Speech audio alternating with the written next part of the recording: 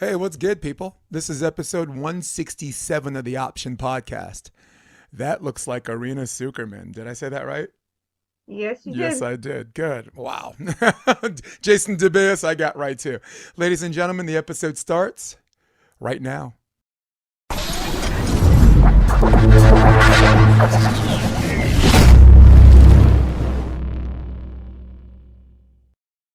What's up, Irina? How are you? Thank you so much for inviting me. It's a pleasure to be here. Hey, people like you are the reasons why I get up early because though I live in California, I am still not a morning person. Ladies and gentlemen, this is episode 167. This is the Option Podcast. That young lady next to me is political analyst, journalist. I got a whole bunch of titles I think I just want to read just so I can get it right. It had such braille to it. Um, yeah, national security and human rights lawyer, journalist, geopolitical analyst, and so much more.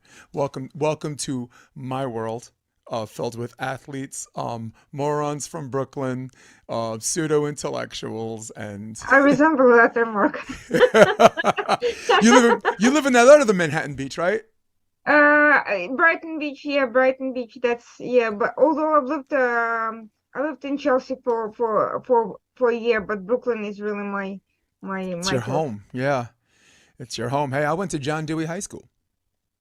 I went to Fort Hamilton in Bay Ridge. Nice, awesome. They had such a good volleyball team too. I was the head coach at Hunter High School, and we had to play them twice a year. And I don't know if the coach is still there, but interesting story before we get into this political stuff. There was a guy in Fort Hamilton, an Asian kid, who lost his arm to cancer. Oh, This was in 2013. And he had about a month to live, maybe a month and a half. And his only wish was to make it to his two wishes was to make it to his 18th birthday and play an entire season with his boys volleyball team. He passed all of the test, that allowed him to play with one arm. He was doing one arm push-ups with his left arm, his weaker arm.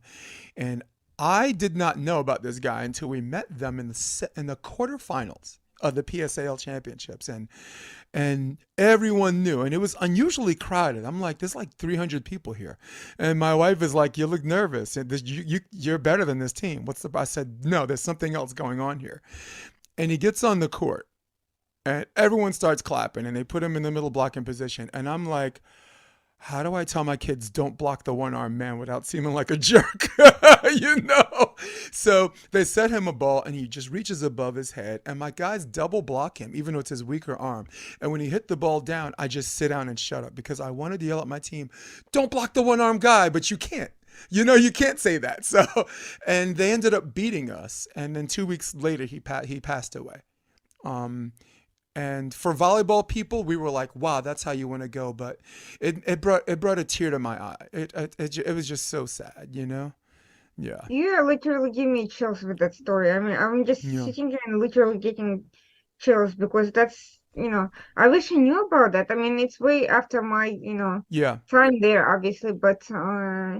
it's It was 2013, and I usually know everything about my sport. I'm ingratiated in it. I don't have this is my day job, this is my hobby, this is my life, this is my wife. My second wife, my first wife, will drop kick me if she ever have I ever heard that. Um, and I didn't even see that until afterwards, and I couldn't stop crying. I couldn't. Yeah, you know who else makes me cry? George Santos. hopefully with laughter. I hope it's more like cry laughing. Yes, more like Chekhovian suffering. If you ever read The Seagull, right? That's a comedy in 5 acts. And I'd like to talk about trans. Do you speak Russian a little bit? Very much so, yes. Okay, so we can talk about translations later. We're gonna have fun in this podcast, Sure. Oh but yeah. let's. Oh yeah. I love translations and I love talking about So translations. so I don't spend the entire thing talking when you're my guest. You're supposed to be my guest. Tell my audience, go through a list of things George Santos lied about to get himself elected. My gosh, if I had to, if I could get a penny for every lie he told, I think I could run my own campaign. Get that private jet. Yeah, I mean, he went around telling that he is that his family is of Jewish descent, that he had cancer, that he was a cancer survivor. He went around telling donors that he was a Spider-Man musical, Broadway musical producer, and he told Republicans basically what they wanted to hear, and he told Democrats the ethnic stuff, and he told conservative uh, the things they wanted to hear. He told everybody exactly what they wanted to hear, and it didn't stop anybody from voting for him anyway. Dude, yeah, lied about working for Goldman Sachs, right? Which is kind of a big national lie. Lied about turning Citicorp down. Lied about being Jewish, which is a big New York lie. New Yorkers have a sense of humor, but I think I speak for both of us when I say we don't play that. Oh, I meant Jewish. It's like, sure Oh, you but meant. I have to tell you a funny story that literally just broke, in the last day or two. There Hmm. was it was broken by the Intercept, and on New York Post picked it up. There's a character named Raquel Evita Saraswati, which is not her real name. Oh no. And this woman, I've known of her through internet interactions from more than 10 years ago, I would say. Right. And she is the original George Santos. She is, He dude. was George Santos before he got his idea. Maybe he got his Yeah. idea from her. I don't know. Oh, how But about? Yeah. she claimed to be a Muslim convert from whatever she was previously, Asian, Latin, Arab, pro-Jewish. She went around doing all these gigs on me for Jewish think tanks and pro-Jewish, Middle East oriented think tanks. And she was in all those, pro-Jewish circles. And then she switched to very hard left American Friends organization and started doing anti-Semitic circles with equal success. I actually Wow. have not heard of her in years because I was not following her career path, and once she dropped out of the scene, I kind of lost sight of her. But this memory came back to haunt me in the past 2 days when all of a sudden she's making headlines, and I said, wait a second, I know her. She's the original George Santos. She's the Yes. one and only, the inspiration. Now, it didn't bother me at first when I saw a guy that lied about. He even lied about not his mom dying at 9/11. During 9/11, it turns out she died in 2016. He said that she died on 9/11, and that was another lie. But I look at all these lies. I look at Citicorp, I look at Citigroup, I look at Goldman Sachs, and someone does that and they get elected. And when I see something like that from afar, I see someone like that that told all those lies and got elected, and I say to myself, that guy's going to become president someday. you know so because that was like a normal day for me, but the lie that I couldn't take, like, you're a Jewish person, so I know you don't play that Jewish stuff. When he said that, I don't play that volleyball stuff. This man said he got a full volleyball scholarship, an athletic scholarship at Baruch College, and said that when he played they wiped the floor with Harvard and Yale. Now, I want to tell you about my world, about my wheelhouse, for 30 seconds. Our sniff test tells us two important things. One, Baruch College is Division III, so they don't offer athletic scholarships. Plenty of academic. It's, as you know, as a New Yorker, it's a smart kid school. It's as far as the CUNY schools go, it's a smart kid school, and It's a nation's leader in finance. So it's hard to get in. But those kids that get in are not athletic. They don't. Division III is not allowed to offer athletic scholarships. They're Division III, only Division I. And even for D1, they only offer 4.5 for like an 18-person roster. So I'm like, no way this guy got one. So that's part one of my sniff test. Part two, and I'm almost done, Yale does not have an NCAA men's volleyball team. So these are things that volleyball players were like, we can forgive anything. But not volleyball. You've gone too far. So you, right? So I felt If the he same told the way. valuable people he is Yeah. done. I also know because I was the assistant coach there from 2003 to 2006. So I just started calling, and I'm like, who is this guy? And the head coach at that time, Allison Stack, and Justin Stack was like, we never heard of this guy. Justin Stack, who I played college ball with. So, and I'm mad at George Santos because everything I told you about me in this podcast is true, and it could all seem like a lie because of guys like that. Did I mention I'm black?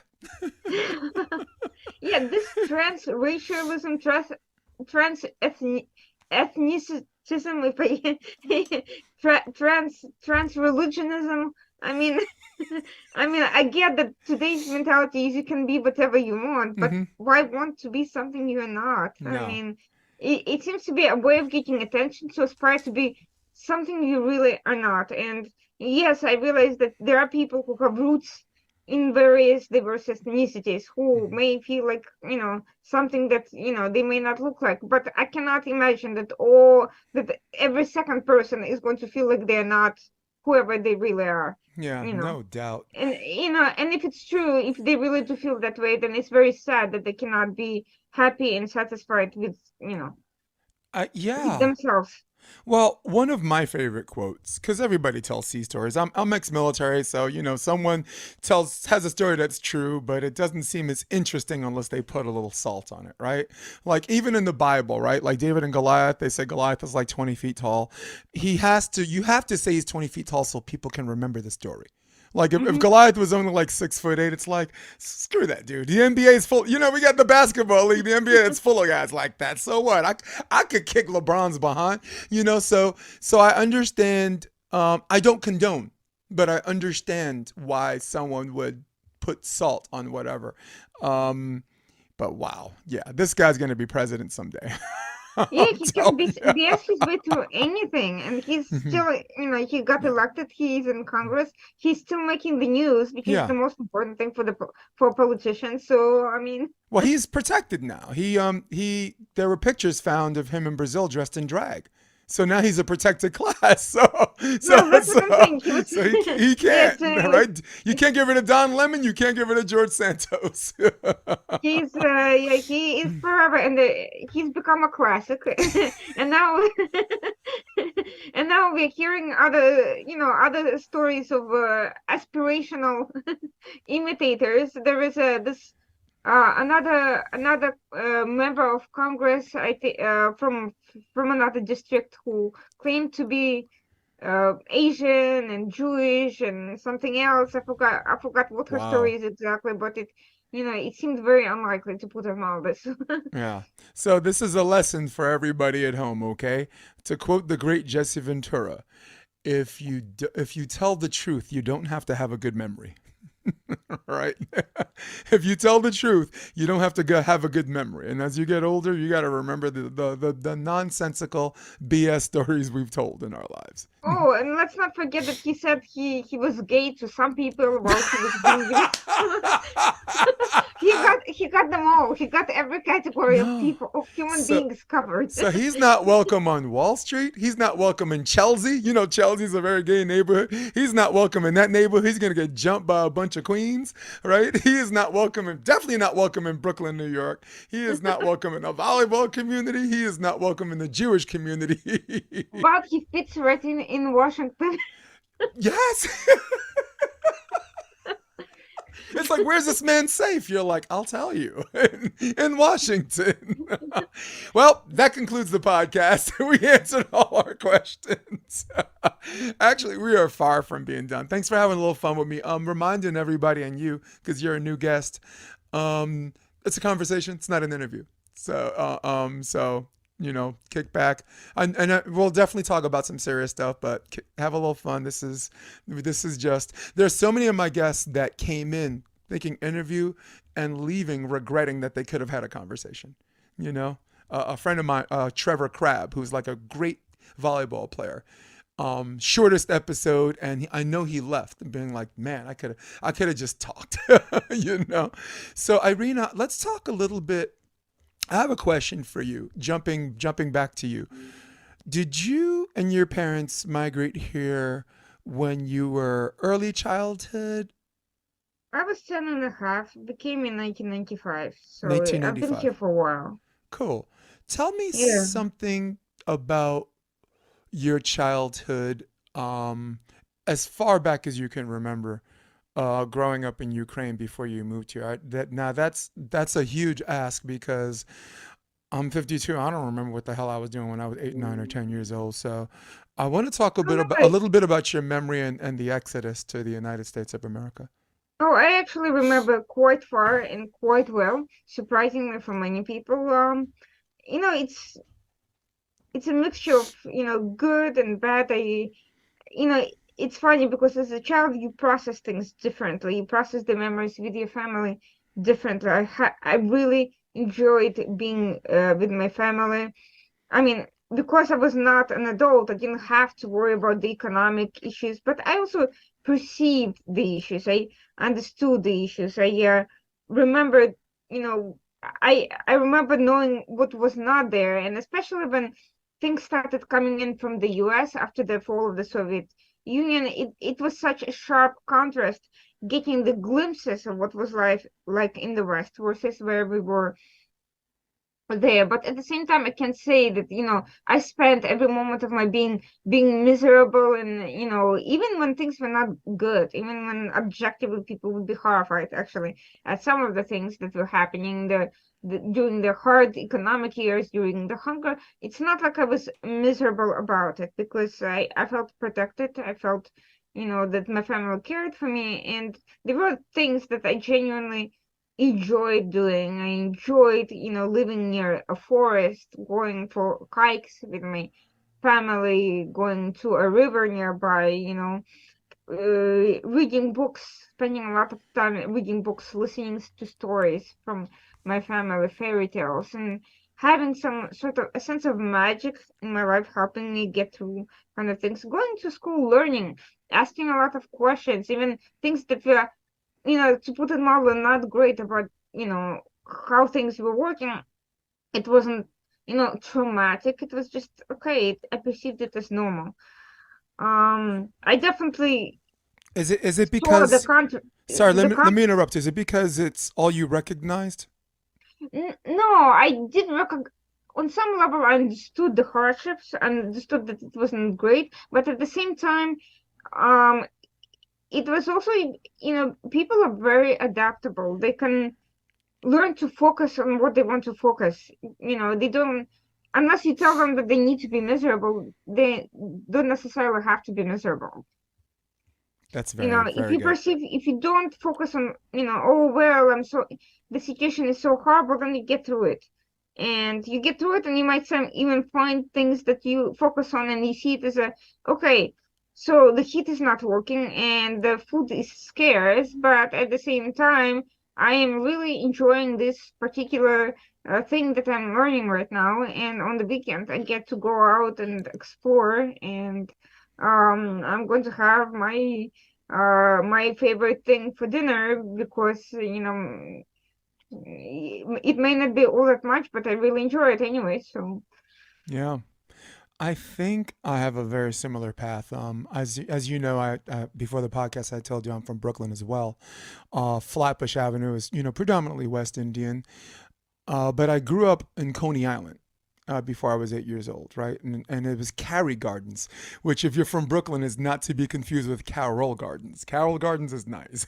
Cary Gardens, the projects on 23rd Street and Surf Avenue, a little bit different, right? But very much like you, when you're a kid, the only thing you see is, wow, I live across the street from the beach, right?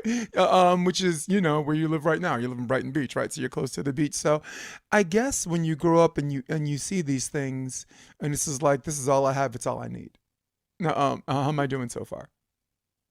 yeah, yeah, it's not that, by the way, it's not like I didn't want other things, but I also, I because I've been reading so much all my life, and all the stories, and my imagination really got me through a lot of things that other people would have been much more obsessive and fixated about. I always had these imaginary adventures, and I was thought about, well, okay, right now it seems pretty drab, but someday this is what I'm going to get to do. And if I don't tell anyone and don't ask for permission, then they can't tell me that, oh, well, you're not supposed to do that, or you can't do that. And surprisingly enough, that's actually exactly how it worked out later on. Not to say that it's been easy, but it actually has helped me a great deal. I think it shaped your path. Look, I mean, we're just talking about Ukraine. We're not even talking about the rest of your childhood in the United States, Hmm. emigrating to the U.S. and the path that you decided to be an attorney Fordham Law School, very competitive law school. So I think, I don't know. I guess my question is, and again, it's not like an interviewy thing, but it's a legitimate question. Does this level of independent thinking and freeing your mind by reading what you want and this autonomy as a child allow you to choose the path that you love? I think so, but I also think that I was naturally inclined not to be a follower, and I'm just not good at giving into peer pressure at all. Even if it makes me miserable, even if I end up, in a horrible position, I just could never do that. And I don't know whether it has to do with the way, with what I read, or whether it's just my personality, or maybe a mixture of both, which is very likely. I just couldn't do it, no matter what happened ever in any situation. No matter what the subject matter, what the issue, what the circumstances, I just could not just really follow what everyone was doing, not for the sake of being contrarian, just to piss people off, although it's very tempting sometimes. That's But that's just, fun too. yeah, it is. But the reality is, I don't understand why I need to, or have to, or whether I care enough about what other people are thinking to have to, adhere to their expectations. Why should I adhere to theirs and they shouldn't adhere to mine? Yeah, you can appreciate the amount of time that's wasted in a childhood when a kid is feels like they're pressured to go another direction beyond their level of independent thinking and creative thought. What were some of the books you read that inspired me when you grew up? Growing up as a kid, of course. I mean, Um, I'm going to ask you last good book you read later in this podcast because we have sure, we have sure, a sure. lightning round to finish, which is absolutely fun. So I was reading a lot of fairy tales from all around the world, Mm-hmm.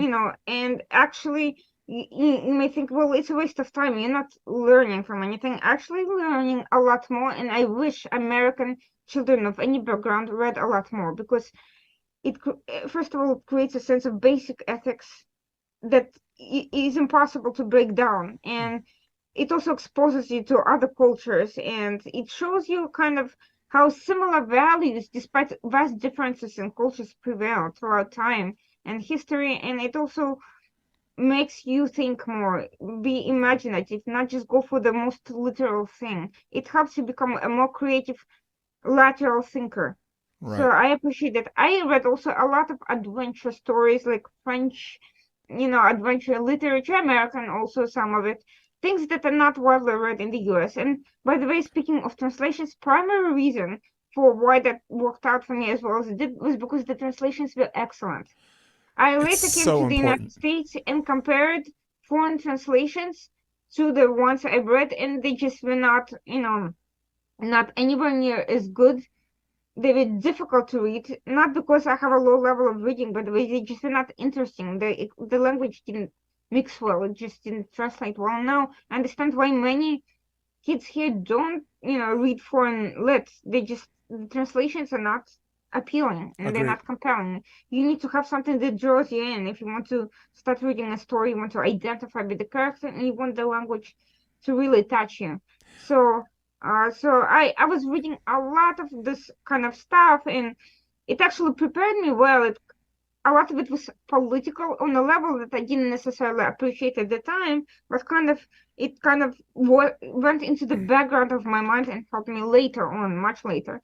But also the values, the kind of the loyalty, the not giving in to the peer pressure, the sense of adventure and resilience and overcoming obstacles and battling villains and really standing up for what's right. That kind of really inspired me to a way that I said, well, what can't it translate into real life? Okay, I'm not living in this adventure novel, but I still live among human beings, and I still have to behave according to what I admire and not and what it seems to be a positive thing to do.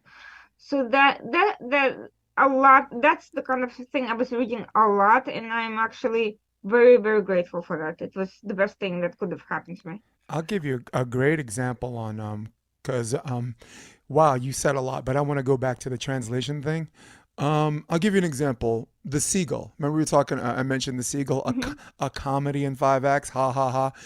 Um, I read a translation by George Young. Hated it. Hmm. Hated the play. And then I read a translation by Tom Stoppard, who's a British playwright. and I got to see it in Shakespeare in the Park. In fact, Meryl Streep played Arcadina, and who was it? Kevin Kline played Constantine, and Christopher Walken played Soren. So, and I'll give you an example at the beginning of the play where Masha was like, I am mourning from, they asked, what's wrong with it? She's like, I'm mourning from my life. I'm unhappy, right? Now, from Russian, the way unhappy translates from Russian can also mean unfortunate, right? So if you make the decision to translate that to I'm unfortunate, some people might think of things of material things, maybe money, where like if you just say I'm unhappy, they're thinking about love and maybe things of the heart or whatever. So that's just like the first line of the play, and you're screwed. That's not even the whole play. That's just the beginning. So I have a huge appreciation for translation and having people understand it, and moreover, I love adventures and fantasies because it allows you to keep virtue that goes above the realm of just what everyone perceives as logical and sensible. There are some things in our lives that are logical and sensible, but not right. And I agree completely. that's sorry, please. I actually remember one of the first kind of fantasy series that I read was Raja Zelazny's The Chronicles of Amber, and I was just 10 when I read it. I got the first book for my birthday. I didn't realize it was a series at first. For a long time, I thought that's all there was, and I also couldn't find the rest for a very long time, for many years until I came to the US. But reading that, on the one hand, yes, it seems okay. What does that have to do with real life? Real life, you have to work hard, study hard, get good grades. You know, listen to your parents, don't get in trouble, blah blah blah. So what's the relation between an entertaining story and that? But on the other hand, I see, how this another person is going through all these ordeals and relates to other people, and the world is different from mine, and you start thinking, what can I draw from there? You know, how Yeah. can I make this relevant to my own life, and what is it really that different? Is it different just because I live in a different world with a different system, or and this person is in between different worlds? Starts out with somebody who has no memory of his past and has to rediscover himself. Yeah. It's in theater we call it retrospective action. We have to look at things in our past that shaped who we are and at least raise the question, right? You're not going to have all the answers, but if you raise the question and constantly pose the question over and over again, there's a lot of things you could figure out on your own, or maybe you and your family and friends could figure out together. Very, very much like Silence of the Lambs. Like if you've ever seen that, Jodie Foster.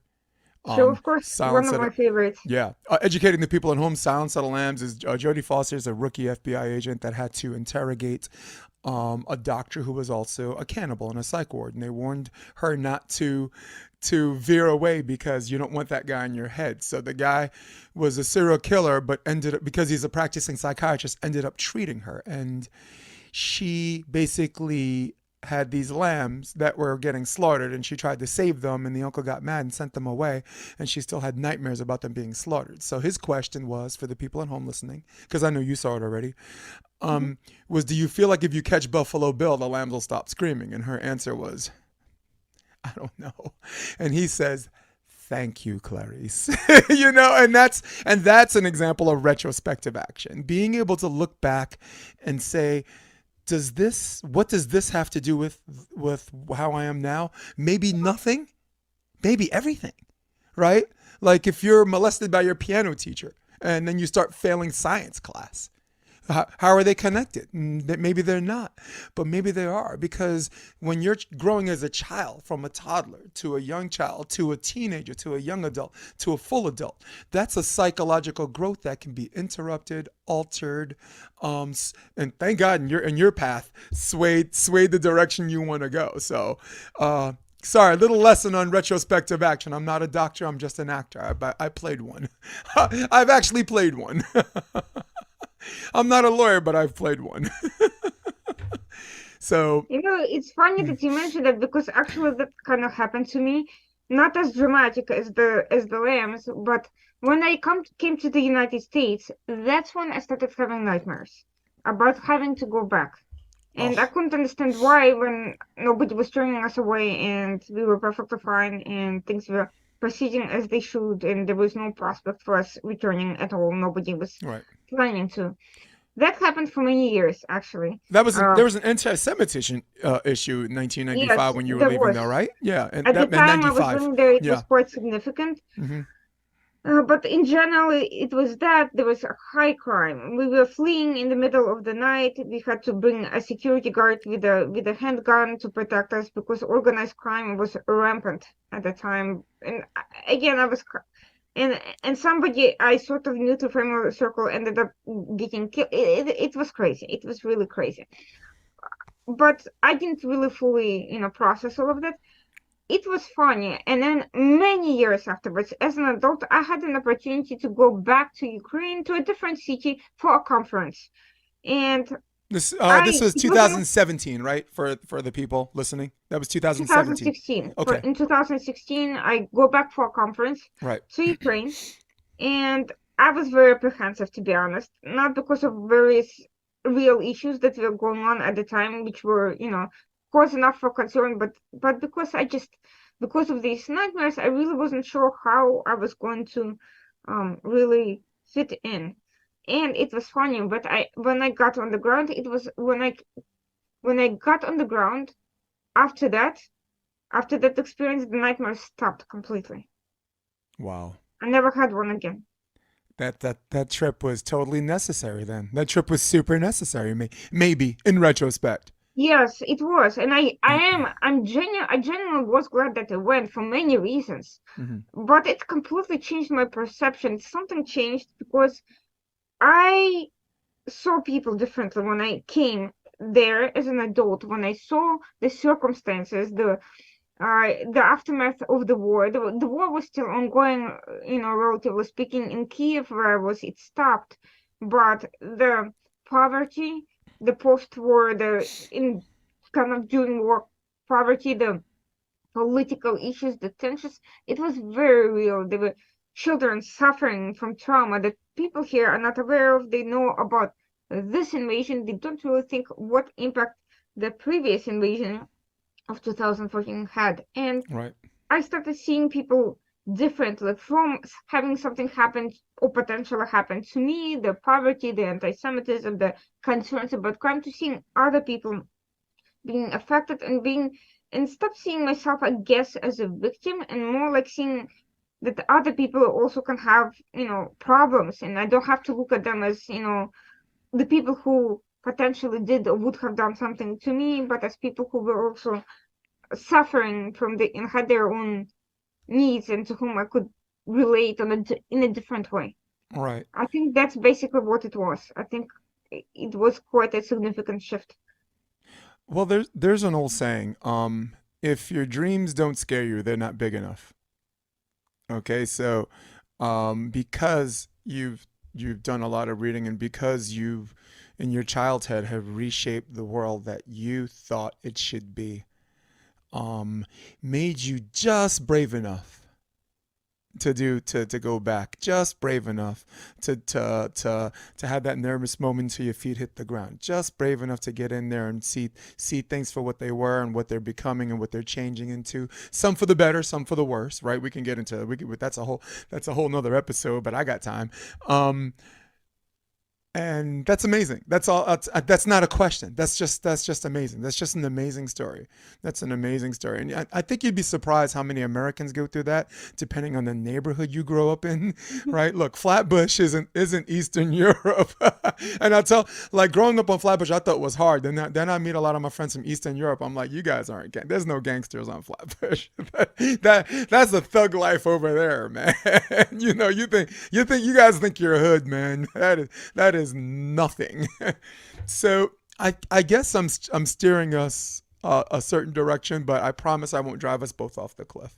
You know, if it's It's some okay. I if don't mind. Sometimes it yeah, could be fun. sometimes we just need to fly, right? The car needs to have wings. So I was steering this to the direction of your desire and entrance to go to law school. All right. Would you go to undergrad first? Fordham, also Fordham at Lincoln Center. Oh, wow. Yeah. I Cool. graduated I early know where too. it I is. went for 3 years and then went straight to law school. I graduated near Lincoln Center, Avery Fisher Hall. I went to Marymount, Manhattan. Hmm. Well, I went to Hunter College for a cup of coffee. I was a moron. I didn't belong in college. I went one semester, which was just long enough to play NCAA volleyball, and then I ended up playing overseas in Germany. And then I had a boss, a Jewish guy I'll tell you about later, that told me I got to go back to school. Nobody's hiring you without your BS or BA. You have to go back to school. So Fordham Law School, Fordham undergrad, Fordham Law School. Hmm. Getting back to the saying, if your dreams don't scare you, they're not big enough. Was there an element of fear of you stepping into a world that was bigger than what you read as a child? So, Not initially. It came later. At that time, I was just excited about, I was in awe that I was able to fulfill my dreams, that I was able to set out a goal and actually reach it, and that I was basically in a place that could lead to great achievements. I just was in awe of being able to be in that position.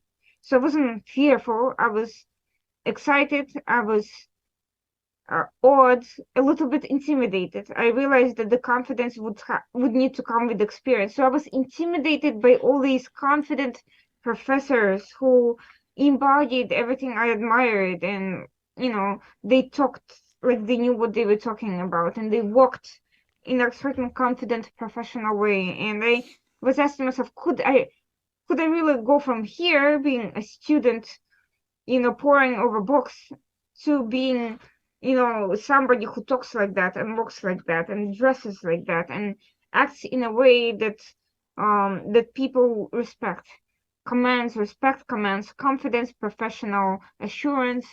That it was that sort of awe and professional kind of admiration that was more the issue than any sort of fear, because at that time my path to me was very linear, was very straightforward. I knew where I had to go, what I needed to do, or I thought I knew. I was yeah.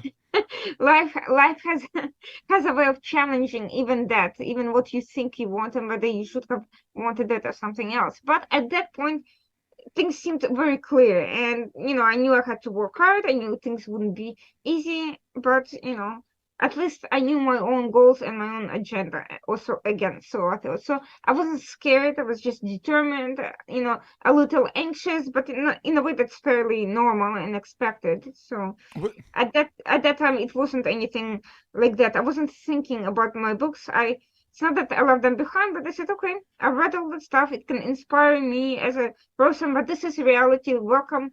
I'm finally get to do what I'm supposed to do, and this is how I translate my experience into real life. I think sometimes when you're growing up, you have this thing that you want to do in your mindset, and sometimes it's self-manifested, maybe someone like yourself, or sometimes it's what your parents tell you, what makes sense.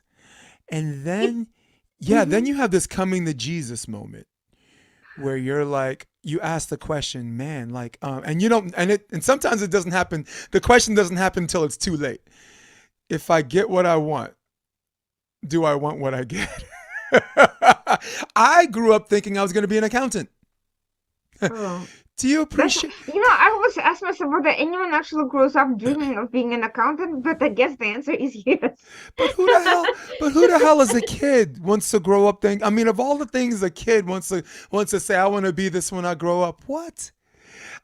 I was at Hunter for one semester because I took principles of accounting. I never went back to class. I didn't go back to class. Look, I did something fun later on in life. I auditioned for the theater program at Marymount. I got lucky, got good, got in. Did not know they were ranked number 2 in the country, because that's a different pressure that if I knew, like you, I'd be like, what the hell did I get myself into? So yeah. So I guess shaping that to the question, did it have something to do with um, getting what you want and then wanting what you have? So the thing is, I didn't really get Mm, what I want because things went badly quite quickly, and at the time I was mm, completely miserable about it. But later on, I realized that the entire time I was actually thinking too small. But that I also did not realize until much later, actually fairly recently. At the time, it seemed like the end of the world because as soon as I graduated, there was a major economic breakdown, and all the jobs that were out there that I thought would be waiting for me were no longer available. I also ended up kind of getting backstabbed by one of my own professors who was a prosecutor of the Brooklyn DA. And I was, I thought that I'd be going straight there. It wasn't like I was desperately trying to get into a big law firm. I wanted it, but, I was okay in going a different path and going through the DA's office because it really appealed to me. I thought I'd be very good at that. That did not materialize at all. And so all of a sudden, I found myself with no prospects. And when I was going for interviews, people would tell me, oh, well, you've got to be more confident. I said, confident in what? I'm 24 years old. I just finished law school. I've never worked a day in my life that wasn't an internship. So where am Yeah. I supposed to get that confidence from when all I have is academic theories? I don't have any practical working experience. What are you asking of me? The market is very competitive, and you are judging me on the basis of something that I cannot have by definition. So that was really demoralizing for a long time. Eventually, I got a job, but then again, I was like, is this really what I'm supposed to do? Right. It didn't work out. So, but when I parted ways with my boss, I asked him, he said, well, you need to figure out what you're good at and go for that. And I asked, well, I have, I'm a little bit biased, and besides, I'm, new to the profession. Looking at me as an outsider, what do you think I'm good at that I should be, focusing more on? He said, it's too early to tell you, too raw. Right. And It's I like, said, okay, thanks. that's not Gee, really much of thanks. a, You're the yeah, professor, right? Aren't you the one that's supposed to yank out some critical thinking skills on me? yeah, So, this was, somebody I was mm, working for, and he couldn't even tell what I could potentially be good at, mm, after work for a few months. So I was like, okay, now what? right. Yeah, wow. And So, no, sorry, continue. Sorry. so, yeah, eventually the path that I thought was straightforward and simple and what I needed to do, not only did it not work out, but eventually I came to realize that it wasn't for me to begin with. Mm, It wasn't that I shouldn't have gotten the skills that I did, but maybe I could apply them differently. And mm. the things that I put aside, the dreams that I had early on, they somehow ended up bringing me to where I am today, even though I never thought that it would be not only possible, but even something desirable to do because it was so far from my reality. But here I am doing things that are crazy. Yeah, well, I mean, you graduate law school, and somehow that type of law and that practice of law has evolved into human rights, geopolitical, analytical stuff, and this and that. And it's no wonder that you see your past that leads up to law school, that leads to these conflicting forces of what you want and what you're good at, right? Because that's what life's all about. Life is about what you want versus what you're good at, right? I have friends that want to be an actor, but I'm like, dude, you suck. You can't be. I'm sure my girlfriend wants to be a good singer, but you don't want to hear her sing. I hate, um, and at least you had a singular or bifocus that helped you. There are some people who are all over the place. I just told you before the podcast all the things I've done. Hmm. I worked in a cardiology practice for 7 years, 17 years. I was an NCAA coach. I was in the military. I played professional volleyball. Uh, um, and my weakness was thinking that I can be all these things. If you're not careful, you end up being nothing. If you try to be everything, you will eventually be, maybe not nothing, but come up short on being all those things. Because in your mind, you're strong enough to believe that you can excel all those things at the same time. You treat it like walking and chewing gum, but it's not, but it's not that simple.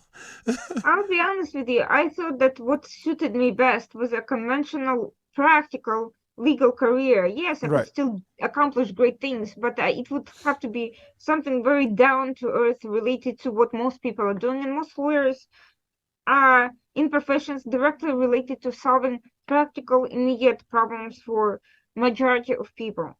Let's just put it this way. Yeah, there's monetary And gain. Sorry.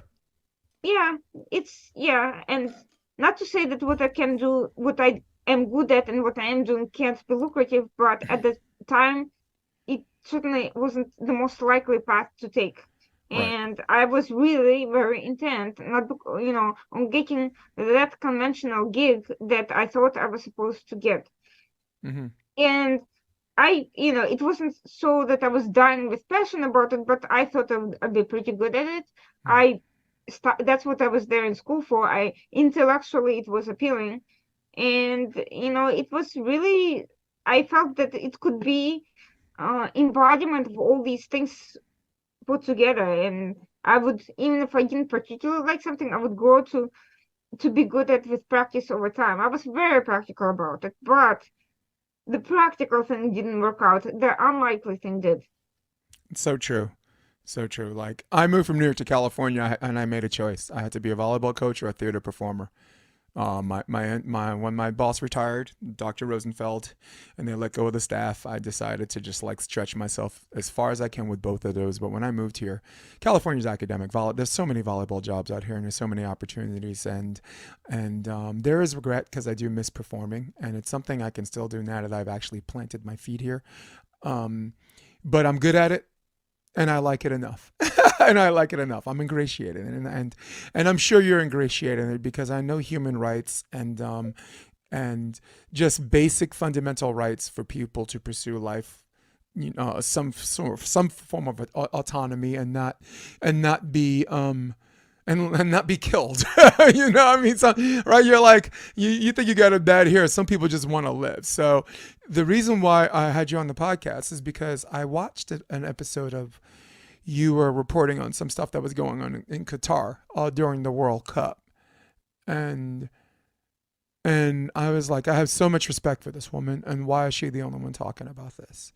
And then there were, of course, some other journalists, because you have to be an independent journalist to talk about this. You can't be on a big channel and talk about this and actually keep your job. I mean, right? We're just being real here, right? So there was something about me that gave me this not new respect because I didn't know you. I've never heard of you until this, but this profound respect that somebody who who still has something to lose or gain, because everyone thinks when you report on these things, you have an agenda, and an agenda that goes beyond your own unselfish approach. And that sucks that people think that way. Sometimes you just want people to live, right? That's a type of agenda, but that's not a selfish one. So um because I've steered us both off the cliff, I need you to bring us back. Tell us some of the things that were happening in labor wise in Qatar, bringing everybody up to speed on what I'm talking about here. So let me, as a background, Qatar is an incredibly small but wealthy country. Yeah. I would say, wealthiest in the world per capita. It's small, so you Yep. can't, compare it to, for instance, U.S. economy or China. Yeah. But its actual native population is between 250 and 300,000 people. Yeah, but So listen, that's before you continue, it's the reason why their volleyball team's good. They have a beach volleyball team that won the bronze medal, right?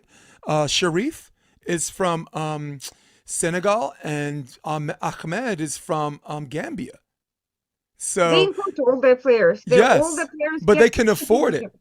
Yeah, and I had Sharif on the podcast too. He's a really cool guy. But he showed me the background, like where he was doing the video shoot, and I'm like, where is that, Wakanda? That looks like new technology, but I wanted to just throw that in because it had nothing to do with anything. But you said it's a rich country, not populated. That's where we are. The floor is Not yours. populated, yeah. In 2008, it formed a gas cartel with Russia and Iran. Hmm. And this cartel controls over 60% of natural gas in the world. And I don't think until the gas crisis, the energy crisis hit Europe, the past couple of years, that people had a real appreciation for for what that actually means. Energy is everything. Right. In any case, it's a very tribal society. There are several tribes who control everything, and the rest are heavily discriminated. And I'm just talking about the native population right now. Right. It's a police state. It's a more effective police state than Iran, precisely because it has a small homogeneous population, not a diverse ethnically and religiously diverse population like Iran, for instance, or China or Russia for that matter. It's small. And it has a couple million foreign workers, mostly from Southeast Asia, but also other countries, who are essentially living in slave-like conditions. What you won't hear anybody tell you is that the American companies like Burger King actively participating in outright racist schemes. For instance, they have separate lines in Burger King and other things for whites, for Arabs, and for quote-unquote others. Yeah. And you can't even imagine something happening in this day and age like that in the United States, but this is an American company participating in this abroad, and nobody says a word, and you won't hear any boycott, you know, calls from American activists because they don't even know that it's happening. Nobody talks about Yeah, I think there's a lot of situations where if you want to find the truth about something, you follow the money, it. right? I mean, we can definitely get into Ukraine and the tons of money the United States has sent Ukraine to support them, and at the same time ignore, I guess, and as we speak, genocide happening in Yemen, right? But because Well, because the I'll Saudis get to are Yemen as no, but well. because the Saudis are our allies, right? No, And here's what's because happening in Yemen. Do you want to hear what's actually happening in Yemen? I you, can tell you no, like you're that the because I journalist. work You on tell this me. issue. Human rights situation in Yemen is horrible, not because of the Saudis. Saudis were actually asked by the Yemen government, recognized internationally by the United Nations, Hmm. by literally everyone, to assist in the war against a rebellion that was backed by Iranians. And that group of people, the Houthis, were radicalized. They were once Saudi allies in Yemen. Okay. But they were radicalized over time and they became arms smugglers going back decades. This is nothing new. It's been going on since the 90s. Iran Yeah. has increased their level of support. They were smuggling weapons over borders and they were complaining of discrimination. And let's be honest with ourselves, the country was corrupt and there were all sorts of discriminations against everybody, against women, against minorities. There were all sorts of issues, right? But this group of people did not just have legitimate grievances. They wanted to take full control of the country with Iran's assistance. So when they started a series of attacks against the legitimate government, and started that later turned into a civil war, it was not just about getting equal rights or proportionate representation at the parliament. It was about absolute power. And this group of people is highly radical. They are compared to ISIS on the level of mistreatment of everybody, ranging from journalists to women uh, to ethnic and religiously different populations under their control. They use child soldiers, horrific radicalized group.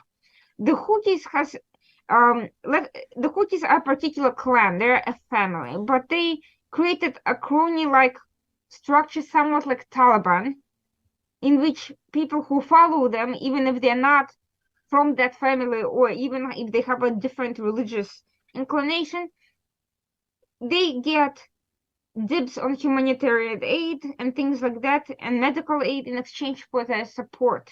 And they also become very good at intermarrying within different networks to kind of broaden the scope of control over everyone. And they had control over academic institutions, over everything. They created a man-made famine Hmm. in a country that was never, greatly developed, but which certainly was not, suffering from similar conditions. So this is the group that the Yemen government was facing and asked the Saudis to assist with. Huh. They didn't ask them to bomb randomly the entire country. Obviously, why? It's their country. They want control there. They asked them to assist with putting down a rebellion by a foreign-funded group of radicals. So you're basically saying the Saudis were like, sure, we'll do it. This one's on the arm. Yeah, for many reasons. First, the primary being their own self-interest, which is the fact that the primary goal of Iran in all of this was not Yemen. They couldn't care about either the Houthis or everybody else. They No. didn't value Yemeni lives. Their goal was to get to Saudi Arabia through the border with Yemen, which is exactly what they did. Why Saudi Arabia? Religious dogma. Right. Essentially, Saudi Arabia is considered the custodian of the two holy mosques and the place that is holy to Muslims of all backgrounds around the world. Iran, which went through the Islamic Revolution in 1979, believes in its own religious primacy, Yeah. and its goal is to export that revolution everywhere around the world and to gain control of the two holy mosques and displace the Saudi Arabia as religious leader, but they cannot do that easily for fairly obvious reasons, which is namely that they're not recognized by anyone in that capacity. And um, Hmm. so they started playing games. They identified a group of so-called Hashemites, the descendants of the Prophet Muhammad in Yemen, and Houthis claim to have descent from there, and they started supporting them. So this is religious as much as it is geopolitical, even though the goal ultimately is power. It's money But and they have to power. use It's money and power disguised as a religion. Let's just call it it what it is. exactly. Now, don't get me wrong, the Houthis fully, believe in all this stuff, even though their actual roots are in Iran originally and not in Saudi Arabia where the Prophet Muhammad originated.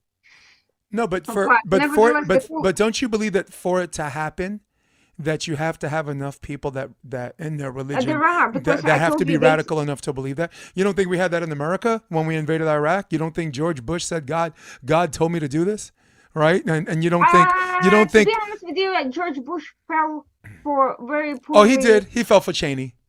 for intelligence because nothing to do with the religious. It's just bad intelligence, honestly.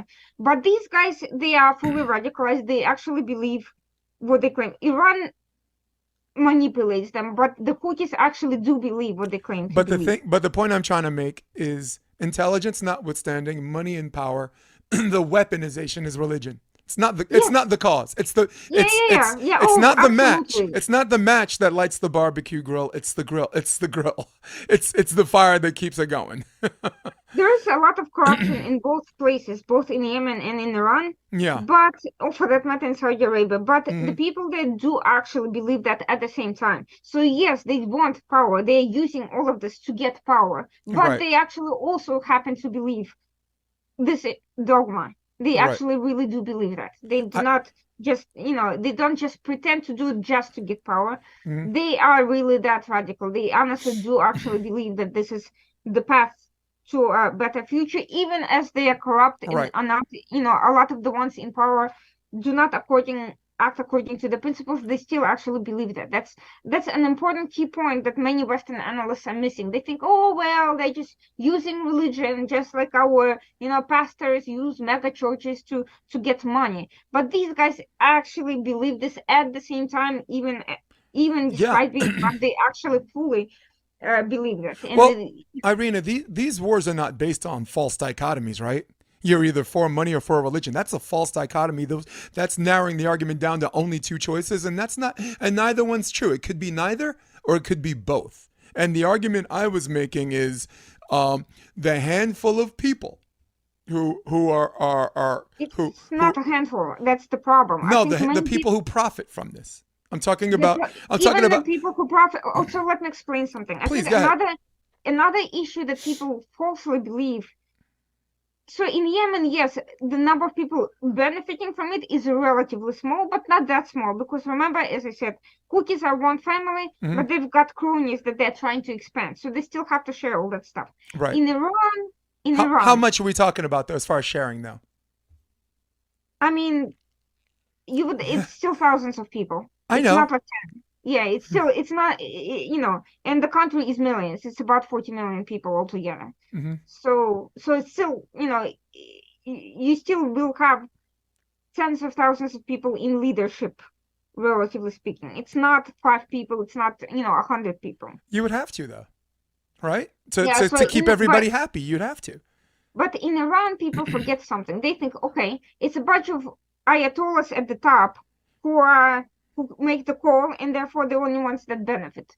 Yes and no. Yes, in terms of who has the power, political power, the supreme leader, the supreme guide, he is the one with the ultimate absolute basic or near absolute power, and everyone else politically benefits. Financially, it's very different because financially, the entire Iranian bureaucracy depends on all of this. From the lowest ranking, school teachers to, so a lot more people are complicit in Iran than people like to give credit to into this power structure because the bureaucracy there is very significant. Most people work for the state and benefit from the state in some financial way. They may not have political say or influence, but they benefit financially from the structure and from this entire enterprise. Right. So when people think, well, the regime is going to fall next year or in 5 years from now or whatever, no, it's not. Unless you come up with a different structure for sharing this money, people still need to make a living. So it's very easy to say, oh, well, it's just a bunch of power hungry fanatics at the time. And if only we get rid of them, then it's going to be fine. No, the reality is this idea and this structure, this political structure has been exported downwards. And a lot of people who may not be satisfied with the way power is shared or money is shared, nevertheless are not against the structure in principle. They just don't like the people who are in charge because they're corrupt and power hungry and Right. they don't share well, but they still benefit. The very same people who are calling for the resignation of the ayatollahs are not leaving their jobs. They're not saying, I will not participate in this scheme. Right. I will walk away and make sure that the entire structure collapses right now and all of it is gone.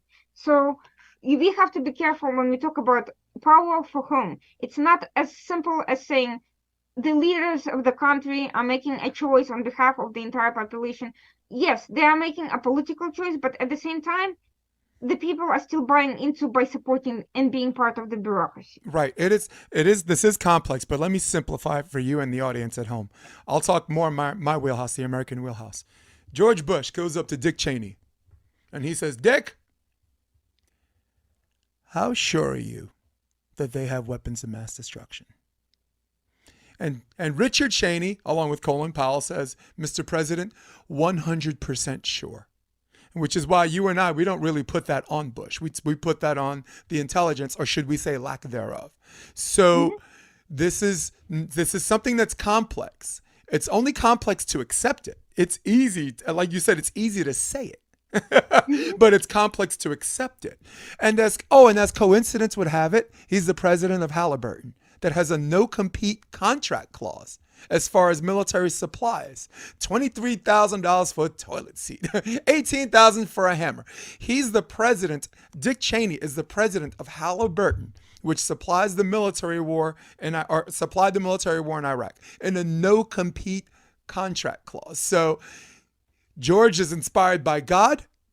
His intelligence guy is inspired by money. So I'm not trying to say it's only inspired by money, and I don't think you're trying to say it's only inspired by religion. I think what we're both trying to say is both of them deserve the amount of attention it deserves in that situation. And what you're talking about, Exactly. religion, as and you just educated me on this. Religion has a huge radical play in what's going on in Yemen and this and that. Look, we're in New York. We live in New York. How many people do you know that are from Yemen? More than most people that have met in their lives. I lived in Harlem for 10 years. I know a lot of people from Yemen, more than most Americans will ever meet their entire lives. So I value your opinion because of this is your wheelhouse, this is your experience, and you know what the hell you're talking about. So thank you for the education on that, because I didn't know that. So the genocide there's a horrific human rights crimes are happening, but unfortunately, the goal there is not really Yemen. The goal is Saudi Arabia, and that is why Saudis joined the coalition. Not because they were so interested in Yemen, although I have to say they dumped over $20 billion of humanitarian aid into Yemen. Which is nothing to the Saudis. That's me going to the arcade in Coney Island and playing No, but playing if you video look games. at a very poor country, it's a huge amount of money, because Yemen is an extremely poor Right. country, and that amount of money should and would have gone to do a lot had the conditions there been not what they are. Are you aware that that's less money than the Saudis offered to the Americans to help fight their war in Yemen?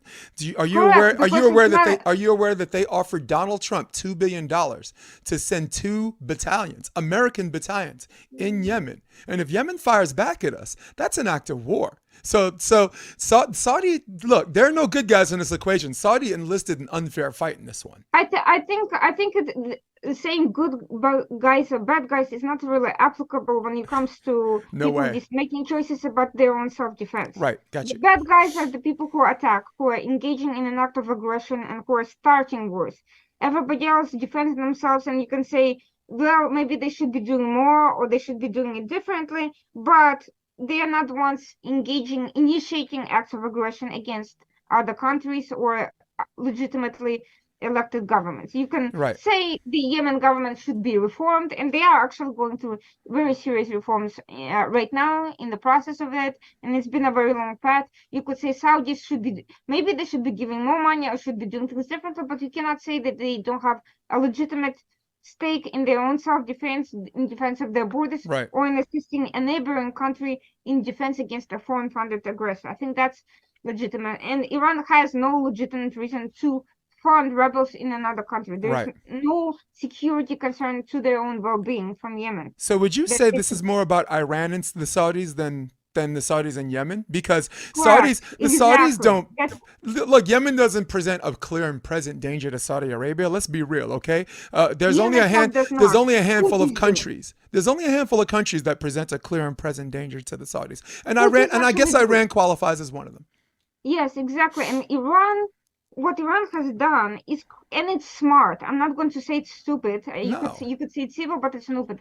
They've trained a network of proxies in different countries. Hezbollah in Lebanon, various militias in Iraq, militias in Syria, and even in Africa, and Houthis in Yemen.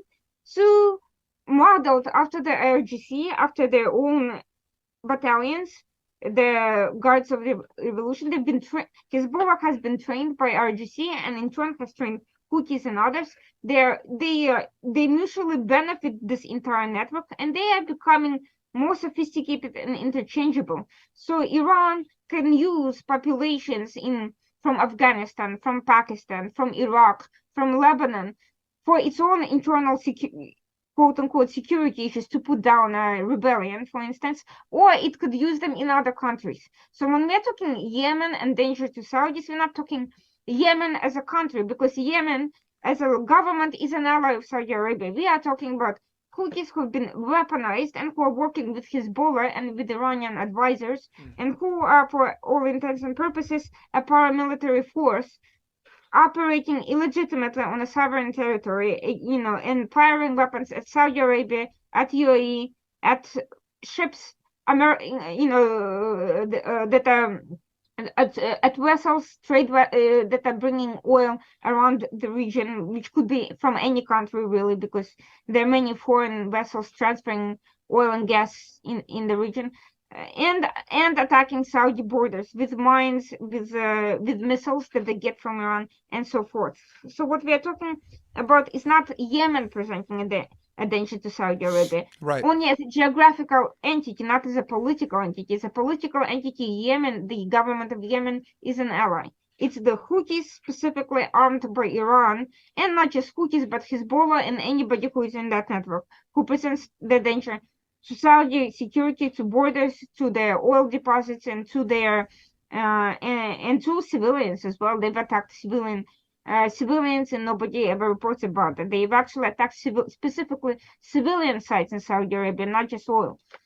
I mean, well, dude, people are getting stoned to death in Saudi Arabia too. So I mean, Not there's always well, civilians. no, There's that's always actually civilians. also not true. Well, The there's a legit video of it happening. So that is true. That's actually no, well, happened. listen, it used to happen. It is correct. It used to happen, and there are groups there that are radical, just as there are groups in all over the region that are radical. The Hmm. government has put an end to some of these things. They have beheading, they have death penalty. We also have death penalty. It's not beheading, but to be honest, I actually think the beheading is a better method than the lethal injection. Not that I don't particularly like lethal injection for various reasons. But in any case, they do have death penalty for various crimes, but they have significantly reformed their legal system. It's still not perfect, far from perfect. There's a lot of room for changes, obviously. I'm not going to pretend. But these videos that you're seeing, ISIS-like videos, nothing official from the government for a long time. They really have reformed a lot. Okay, first of all, I'm not the type of person that will use my American exceptionalism to dictate to other countries what their democracy is supposed to look like, right? We have freedom of speech here. Freedom after the speech. I don't even know. That's a whole other conversation in America. Okay. Freedom of speech in Ukraine, freedom of speech in Saudi Arabia, freedom of speech in Russia, freedom of speech in China. It's different. There's certain things you can't say. You're going to go to jail. I personally don't think that they should, but it is not my place and my American arrogance and my American exceptionalism to dictate what you may perceive is improvements on their justice system and on their legal system. I can only use my Brooklyn common sense, look at my own two eyes, and call it for what it is. You know what I'm saying? Like for example, I'll give you an example. Let me interrupt. I'm a Gulf War vet. All right. I served during the first Desert Storm. Spent my entire tour overseas. Darmstadt, Germany. Went to Kuwait, Frankfurt, Germany. Went to Italy on some hush-hush operation with the Italian army. Time of my life I mean, honestly, 2 to 3 years, time of my life. It was just a lot of fun just traveling. The army was fun. Iraq invades Kuwait. And in American media, we look like a bunch of good guys rescuing Kuwait, right? Now, common sense would ask you, why did Iraq do that, right? And some of the big lies is, because they're evil. Saddam's an evil dictator, which is also true. So it's easy to believe because he's an evil dictator. That's why he invaded Iraq. When you find out the truth is we were diagonal drilling. Do you know what diagonal drilling is? Diagonal drilling is when we have property in oil in Kuwait and we are taking our drills from straight down and going this direction into Iraq, which caused Saddam to invade. So that's what actually happened. I mean, these are things you don't find out till years later. So it is my function to take things that I don't know about and consistently ask common sense questions of what makes sense. We could talk about the Chinese balloon too. What made sense? But I wanted you to finish your thought because you were holding a thought. Yes, so basically, I'm not, as a human rights lawyer, I obviously care about due process very, very much. Right. So my issue is not with death penalty in general, it is with due process, and this is where I think Saudis have a lot of room to go. I'm being honest with you. Yep. But let's not mix legitimate issues that should be criticized, should be discussed, should receive assistance and training from U.S. institutions which have the know-how how to reform properly, should be a subject of discussion and dialogue and reform, with issues that are either, are being actively cracked down on by the government and genuinely changed. Right. Because then we'll never get anywhere. We should not, we should have the most updated and accurate information. If something is changing for the better, it doesn't mean ignoring something that hasn't changed, but we should acknowledge it and focus our efforts on things that require additional work. That's basically, I have a very practical outlook on that. So a lot of people, it's what makes you good at what you do, man. You're good, dude. You're good at what you do. Yeah, I'm not going to say that, Saudi Arabia is Switzerland. It's not. Switzerland's not even Switzerland. But I'm also going to say it is moving on certain things in positive direction, whereas, for instance, the same Iran is moving on the same issues in the opposite direction. So you can actually measure those things. It's a practical reality. And you can say, yes, they're not ideal. This is what needs to happen for me to be, as a human rights, to be happy with that. But let's acknowledge that this is what they're changing, and let's not allow disinformation and propaganda get in the way of actually going after real issues and not being distracted by things that are non-issues. That's basically how I look at it. And that's the challenge, isn't it? Look, very much monetary gain. And this I could have just said this one line and we could have just turned off the podcast. Monetary gain is dictated by the straw man fallacy. I'll say that again for everybody listening, and then I'll translate in regular English. Monetary gain is dictated by the straw man fallacy. If you're trying to make money, you have to look for, and if looking for someone's worst moment, they could do 19 things right and one thing wrong. But you know that one thing wrong is going to stir up something where you can weaponize things around you, where again, this elite few who got coverage, who have bunkers for nuclear in case there's a nuclear attack, who have armed guards in case they decide to ban all guns, who can get an abortion if they ban abortion. You know what I'm saying? There's a small group of people that are dictating rules that they themselves won't follow. You know, but it's I strongly believe that, like you said, in order for us to be a more perfect union, perfect society, perfect world, we do need to think glass half full and take some of these things. Hey, look, okay, this is a problem, but let's get together on this. You know, let's get together on this. Can you see the American conflicting forces? Can you see in our own politics? It's like I want to pass this bill for same-sex marriage, but in the same bill we have to put this on gun reform. Do that, and we're good. Okay, that happens You know all what I'm the time. saying? Absolutely everything, and it's driving me nuts. But that's what I'm saying. Unfortunately, As a lawyer, you must be like, I'm racking my brains out. No, but that's why this conversation is super necessary, because I inferred to the negative when I said there are no good guys in this equation, and you inferred to, hey, look, this happened. That's a good thing. That's also happening. That's a good thing. Yemen, you know, not the victims here, but also some good things happening. And this is, I just think, honestly, I need to have you back on the podcast 2 or 3 more times, and just I would love to. make the world a better place. I think we could do a lot more with real conversations, face to face like this, than just like media churning out propaganda that half of them don't even know themselves. I'm sorry, but journalists don't go to all these places. They don't talk to real people from the communities, or they talk to their favorite voices that are most ideologically aligned with what they already want to hear. Right. So on any topic, it's not just Yemen. Literally anything, you'll see that that's how it works, which is why I have a problem with that. But having real conversation, you start hearing and learning new things. I learn all the time. I also think it's very, very important, because you have experience, to, I don't know, to avoid agendas based on bias, based on personal experience, right? Like, I'm 52. I grew up hating Russia, you know, communism. Oh, they keep their people behind walls and this and that. And, you know, and they hate us too, you know, and it's one of those things where if you hate a people instead of an ideal, it's very easy to go to war against people if you hate the people. And now, let me tell you what I'm thinking. Somewhere on the other side of the country, there's a guy in Russia driving a bus driver, take care of his family. There's a school teacher. They're not into this gangster. You know what I'm saying? They're not into this politics or whatever. I'm supposed to hate that person because of Putin. I'm supposed to hate, you know what I'm saying? Somewhere in Ukraine, right? You know, and what's going on there? You know, I mean, I don't care what side of the aisle you are. There's no real justification to delve that deep from one country into the other. There's some, but not that much.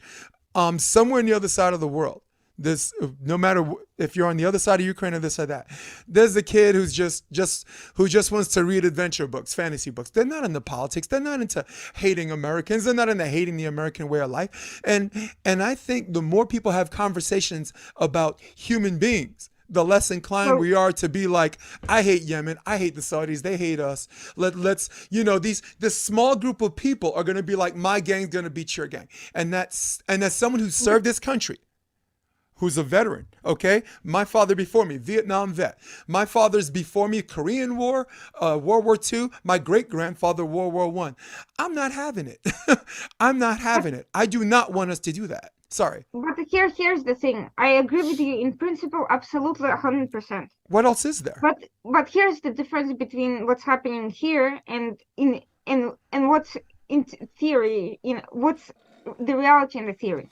The reality is we live in a country where we can have that face-to-face conversation, and we can disagree with each other, and we can talk about Russia, Ukraine, Yemen, China, any part of the world with no problem. and exchange ideas, exchange opinions. Yeah. But not everywhere it's the case. In Russia, it's not the case. In Russia, you cannot freely have that conversation. The people who do, No. and there are such people, they end up being shut down at the very least. Yeah. Their news stations get shut down, or they get arrested.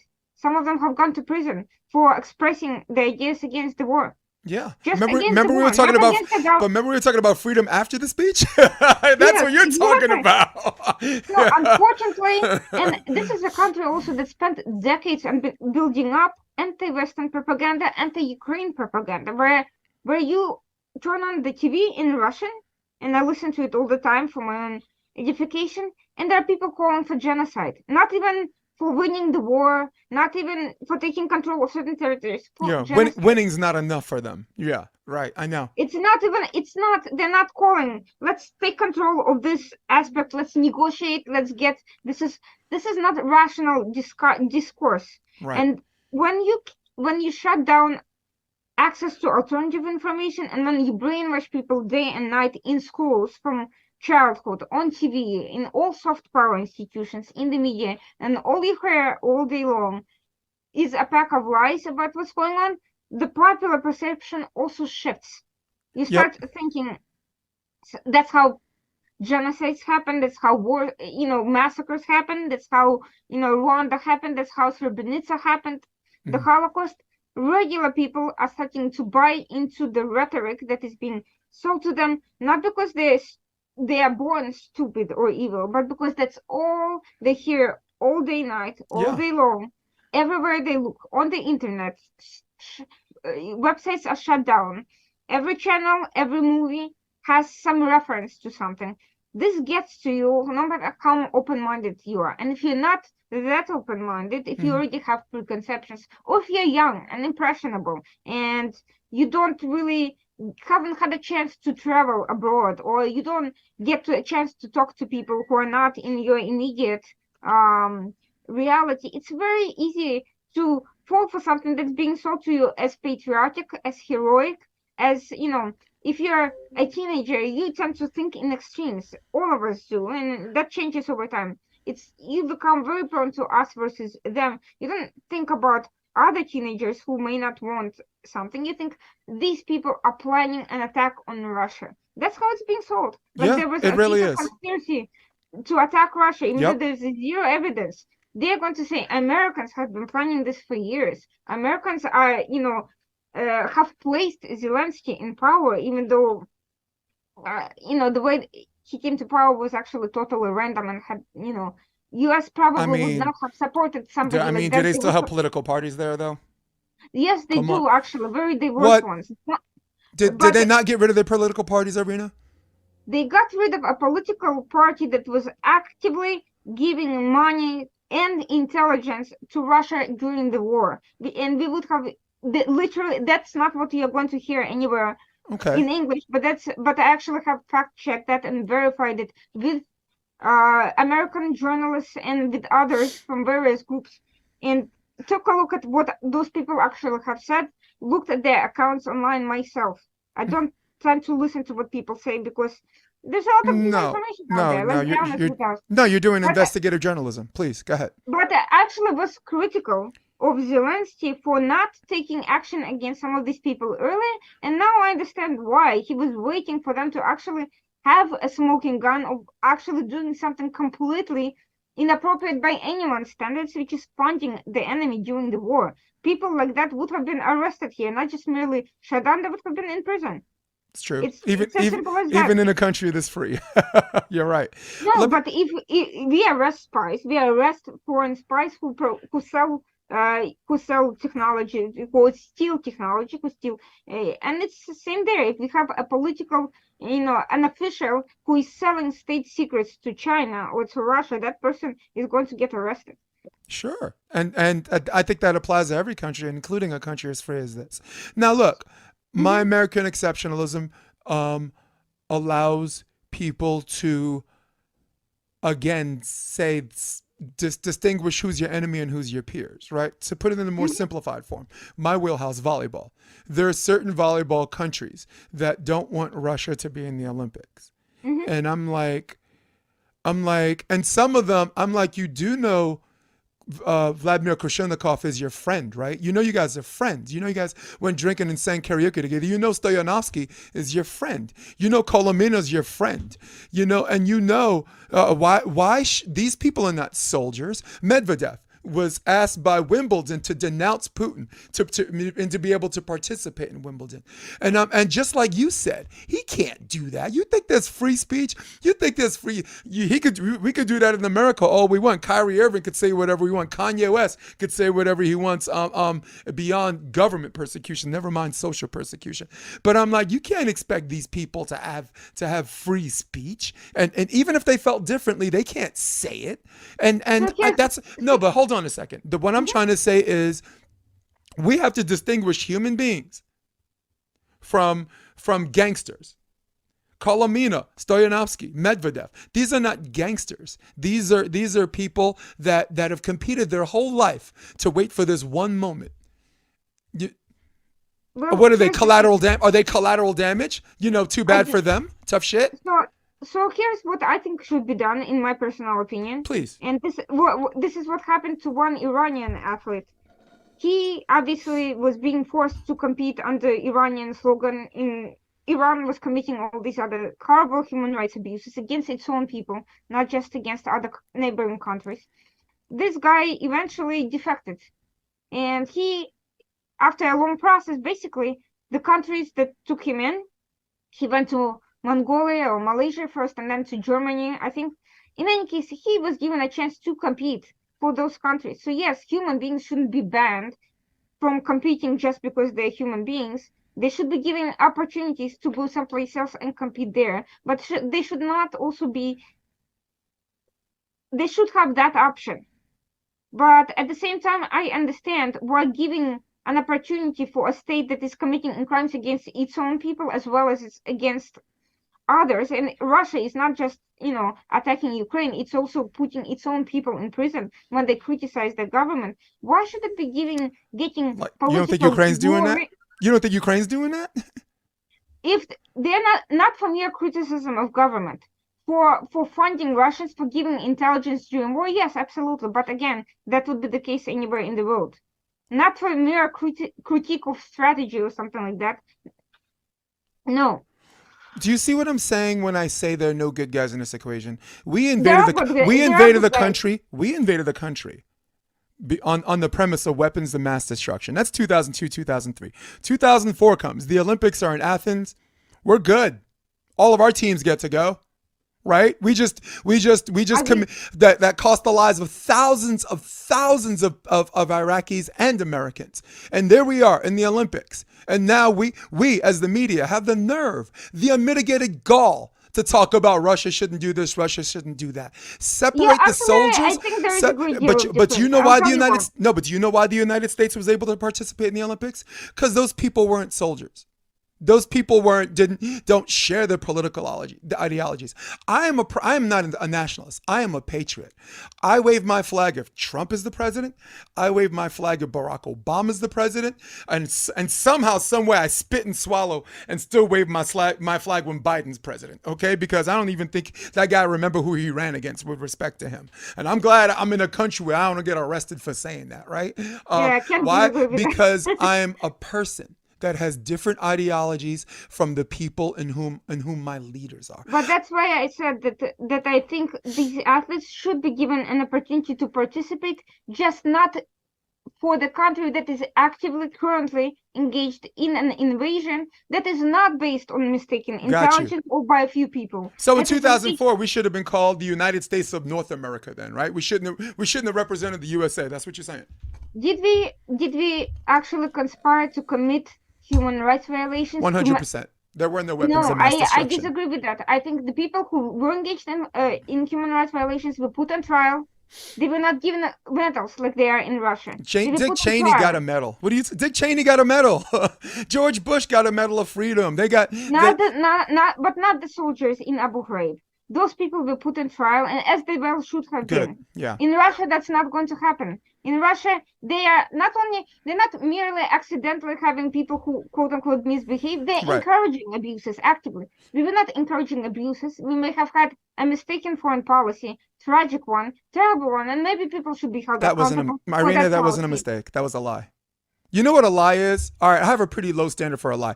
Now, if I gave you information and you shared that with information and that information's wrong, I would never consider you a liar because you were echoing the sentiments of something you thought was true. This man knew there were no weapons of mass destruction, and he lied to the president and got us into a war and did not face trial. I don't mean to keep deflecting back to something that happened 20 years ago. I'm just giving an example of something where, by your own admission, we shouldn't just be looking for people's worst moments. We should be looking for glass half full, which applies to every country, not just the Okay, if you countries, want not to just the argue countries about who we just want to extremists jump on and the side for political gain. fine, you want to talk about one person who misled many others? Fine, let's do that. But in Russia, Led that's to not the case. It's deaths, not just thousands of one. deaths, hundreds of thousands of deaths. Sorry to interrupt, but Again, $27 again, billion a month we do you spent on say that that the war. military who went there, not who was being misled, were they actively trying to commit human rights crimes? No, they were acting because they, based on that lie. Well, In Russia, we did torture some folks. in Russia, you have people who are actively engaged in rapes, and there are recordings of these soldiers admitting to actually fully buying into it willingly, complicitly, not because they're merely acting on orders, but because they actively are trying to commit crimes, not just mistakenly kill somebody under false impression that the war has one aim whereas it has another.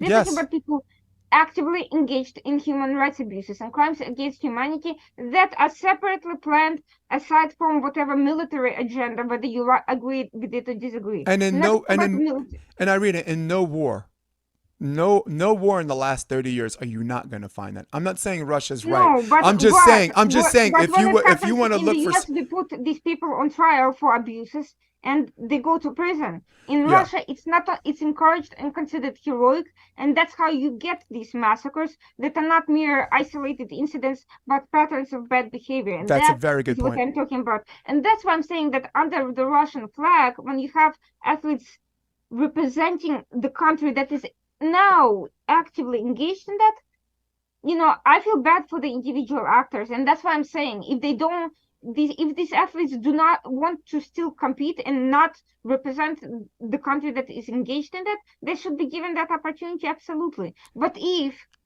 in theory they are given that opportunity, are openly engaged in propaganda on behalf of Kremlin, if they don't just compete and keep their mouth shut and they have no choice, but if they're actively complicit, as some people have been, I'm not saying specifically about them No. because I don't know. I'm not No, going I'm to just talk. saying, what I'm saying is you can, in a war, you can find someone's worst moment. And in this information age where everyone has a cell phone, of course, you're going to find someone's worst moment. We have tortured people. All right, and without trial in our own country, we have men of color who are unarmed that are getting shot in the back, that are Yeah, that get a lot of things cleared, happen. that have pretend trials. Well, but everyone knows nothing's gonna happen. So I mean, what are we doing to our own where has people that we're nothing gonna sit happened? there and Did talk about not Russia? George Floyd's killer ended up going to prison for a long time. Oh, we That's got our one guy. What about? No, many incidents. You can give Yeah. many incidents. Am I Well, we're saying from New that York. We remember specific Garner, shooting? right? You remember Garner? We're both from Brooklyn. We remember Garner.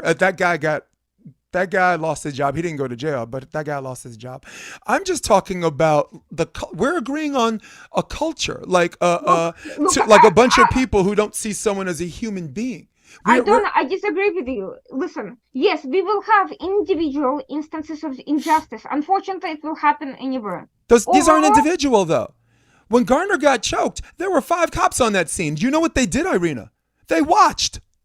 That's not an individual thing. That's a collective cover-up. And they watched because they didn't see a human being. They saw a piece of crap. Very much like what you're saying about Russia. These rapes that the Russians are doing and this maiming and stuff, because they trained the soldiers' minds to not see a human being. the police, I'm not saying that we should not have police reform And that's in this. war. No, but that's domestic. How do you expect not to see that in the war? If you can see that domestically. No, because I'll tell you why. First of all, let's talk about the police for a second. Absolutely, where we have instances of police abuse, the individuals should be held accountable, go to prison, lose their jobs. The department should be reformed, and the entire police force should be retrained. I've never argued anything otherwise. No, Never will. you're consistent with your humanity. No, of Absolutely. course. But when you have a clear incident of state level incitement Right. towards violence, and by violence, I don't mean pure military objectives of No. gunning No, down a you're house. talking some heavy stuff. Yeah. I am talking about deliberate mass destruction of civilian infrastructure, targeted, not accidental. I'm not going to hold people accountable for. We all know that accidents happen by anybody, but I'm talking about deliberate, targeted civilian infrastructure. That's state level order that people are choosing to not disobey. Right. This is not somebody acting out in a moment. We are talking about people bragging about committing abuses against civilians, not just merely putting down a lot of enemies in uniform. And I'm not going to say anything about that. Whatever, it's distasteful. You can say whatever you want. But if you believe in your country's position, you're going to do that. We're talking about bragging about it, getting commendations from your government for exactly that, and encouraging people and dehumanizing civilians actively and not being punished for that, and that being modus operandi and not merely a happenstance of somebody going against against their uniform. No, Our military, as a state, does not encourage people to commit mass war crimes and attacking civilians. Yes, it happens, unfortunately, but to the it best doesn't of make it right. that's the big difference. It doesn't make it right, and it should not be condoned and celebrated. That's your argument. Yeah, not only should it be not condoned and celebrated, it's more than just condoned and celebrated. It's structured the way for the entire war to be fought precisely in that way. In Okay. part because the military is weak and cannot meet its military objectives otherwise, and because it's also the values of the ideologues behind that war that are being translated on a mass level through propaganda, through indoctrination, and through appealing to the worst human instincts, and a lot of people unfortunately going along with that. That is a problem. It's a systemic problem. Like if you have if you get one guy somewhere doing something wrong in the police force, you hold that one guy accountable. But if you see the entire police force in that district being in on it and covering up, then you hold the entire police force accountable, not just one guy who committed the crime. It's worse here. It's worse here because the trial is not a real trial. You in the United States, in Wall Street, in finance, and in law enforcement, they'll throw a man, one or two guys, to the mob for to quell whatever, right? They'll throw Ghislaine Maxwell in jail and leave everybody off the and the Epstein list stays safe, right? Wall Street, they could bankrupt everybody and they could arrest and have Madoff as your guy. So the United States is good at having their guy. They're gonna throw to whatever. George Floyd, too big for these cops who, by the way, that cop had 19 complaints of police brutality before. Everyone's talking about George Floyd's past record, and no one talks about the cop's past record. Now, getting back to what you're saying. I brought it up actually myself. Yeah. And I said that the guy was a bad cop. Why wasn't he previously held accountable? Why was he on the force? What? And yeah. But yes, we have corruption. I'm never claiming that we're a perfect country, that we don't have corruption, but we have a system that even when you have corruption, you could still fight that corruption without being murdered, without being arrested. Right, but with your argument, this man got promoted. This man got promoted. He didn't get snubbed. It took 18 complaints and a death for that to happen. So we can't say that there's some kind of fair. I mean, there is a system, and you're a lawyer, so I will always defer to you as far as educating me on how the system works. I will know my level I will know my role because you are the expert in that, and I will always punt. In football, I always punt the ball back to you, and you have offense because you're Look, always going to know what you're talking about more than me on that. look, Hmm. I'm never going to argue that the US has no corruptions or problems that needs to be fixed or Nope. investigated, No, and or I'm that not, and people I'm who are and doing I'm not arguing wrongdoing should false not be held dichotomies either. accountable. Never going to say that. But I'm not Will arguing never false say that. dichotomies. I'm But not saying it's either one comparing or the other. morally equivalent, I don't believe that the level that you can possibly compare the level of absolute corruption and dehumanization No. in Russia with what's happening in the US. You know what? I'm sorry to say, yes, there's a lot of indoctrination here for various things. There's a lot of, disinformation on the internet, in institutions from all sides. Right. But I do not see the same level of active encouragement of human rights abuses and dehumanization, even at the worst moments that I'm highly critical of on a daily basis compared to something like Russia, or street level of absolute racism indigenous to this. People are trying to instigate it, don't get me wrong, but Always. even with Yeah. these efforts to instigate this, racist outlook, even still, even at this worst moment that I really am not happy about, you can't compare it to No. what is happening. You cannot compare that to the level of dehumanization, active calls for genocide, for not even recognizing Ukraine as a real country. Got you. You cannot see that happening. I don't. That is not happening here. Insane. Yeah. You have people who are ignorant. You have people who are have wrong information about other countries, who don't follow the news or who just echo what they see, but you don't go Or worse, there do follow the voluntarily. news. Or worse, do follow the news.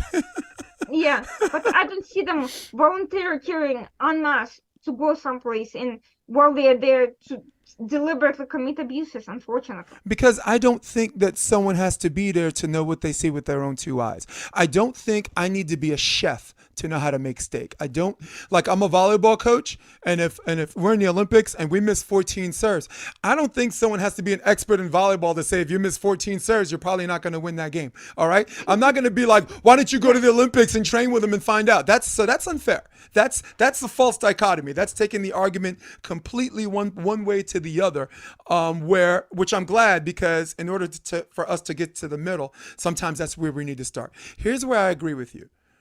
I don't, whether it's propaganda or whether it's blown up to be something smaller, bigger than it is, if it's there and if it's in the news and if it's happening in front of our faces, we have to do something about it. I don't care if it's small or if it's big. If it makes the Who's news, we? And, but if it and, no, and but my what point is is something? no, but my point is, if it makes the news, I agree with you that we Mhm. shouldn't sit on our hands and not call it what it is. These are evil, Sure. unspeakable acts. Here's where I disagree. If you told me there was a group of soldiers that were maiming, that were raping, killing, burning people alive, doing all this stuff, and you had all these unspeakable acts and did not mention the country, I would have thought you were talking about the United States. I would have thought you were talking about our military, right? So I mean, I'm not saying that it's okay because everybody does that. That is disingenuous, and that's not how you or I are built.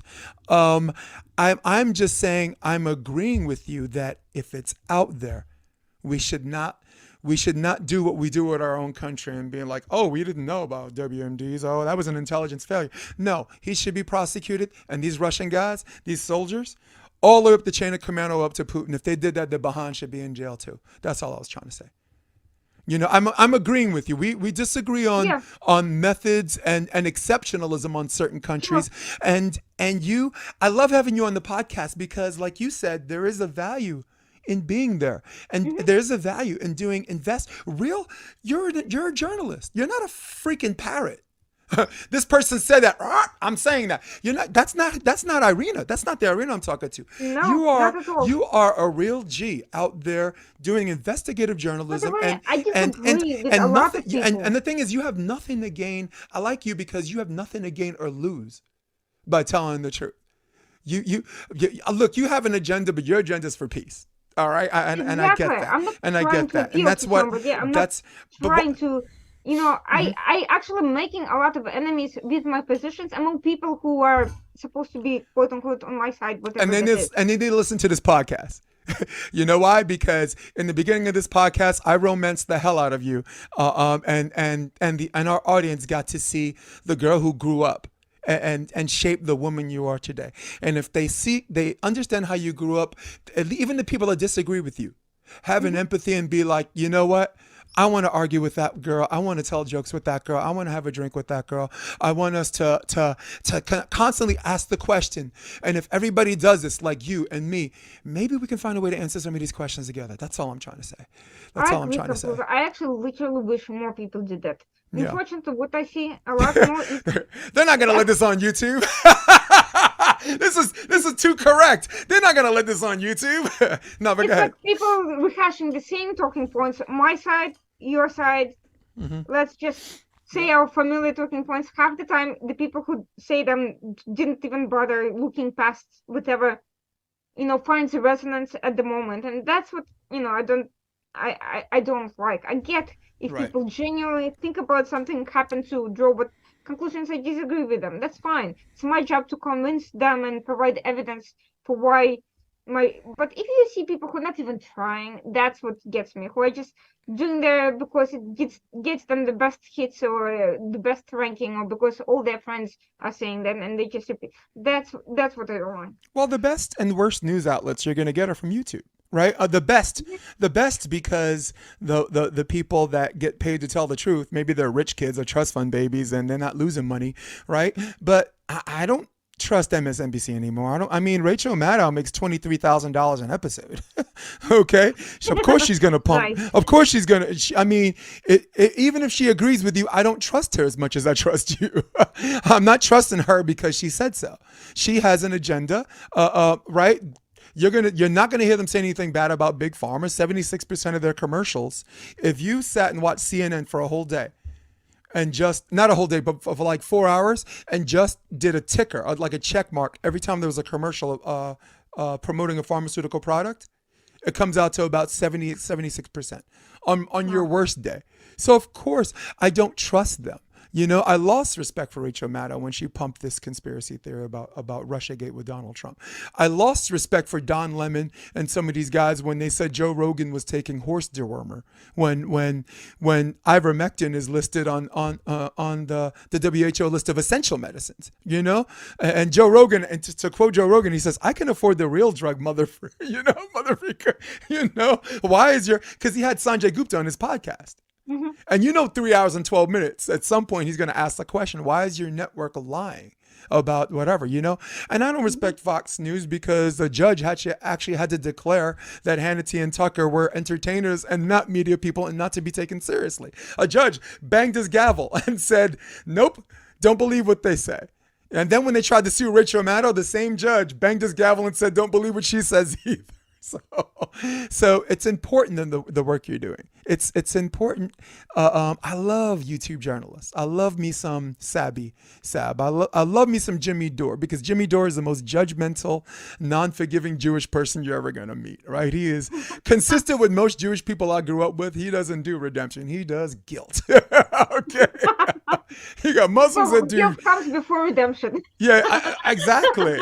You're gonna feel it all the way to your path Oh to boy. redemption, and I'm still not gonna forgive you. At the end, you're gonna do everything I ask, and I'm still not gonna be your friend. That's Oh, but aw. he is no. But this, if you're a way can find a way to put this in satire and to be politically homeless, because now before political people like what Jon Stewart or Trevor Noah, they were funny because at that time the Republicans were the stupid party.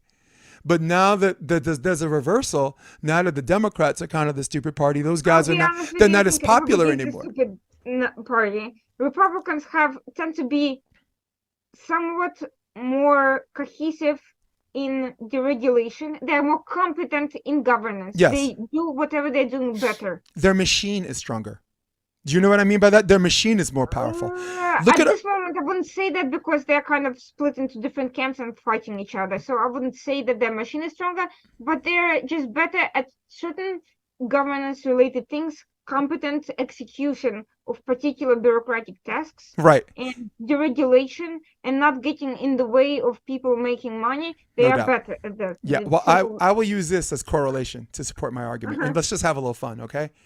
yeah. The last four Republican presidents, a B-level actor, okay, Ronald Reagan, all right, Hmm. governor of California, right?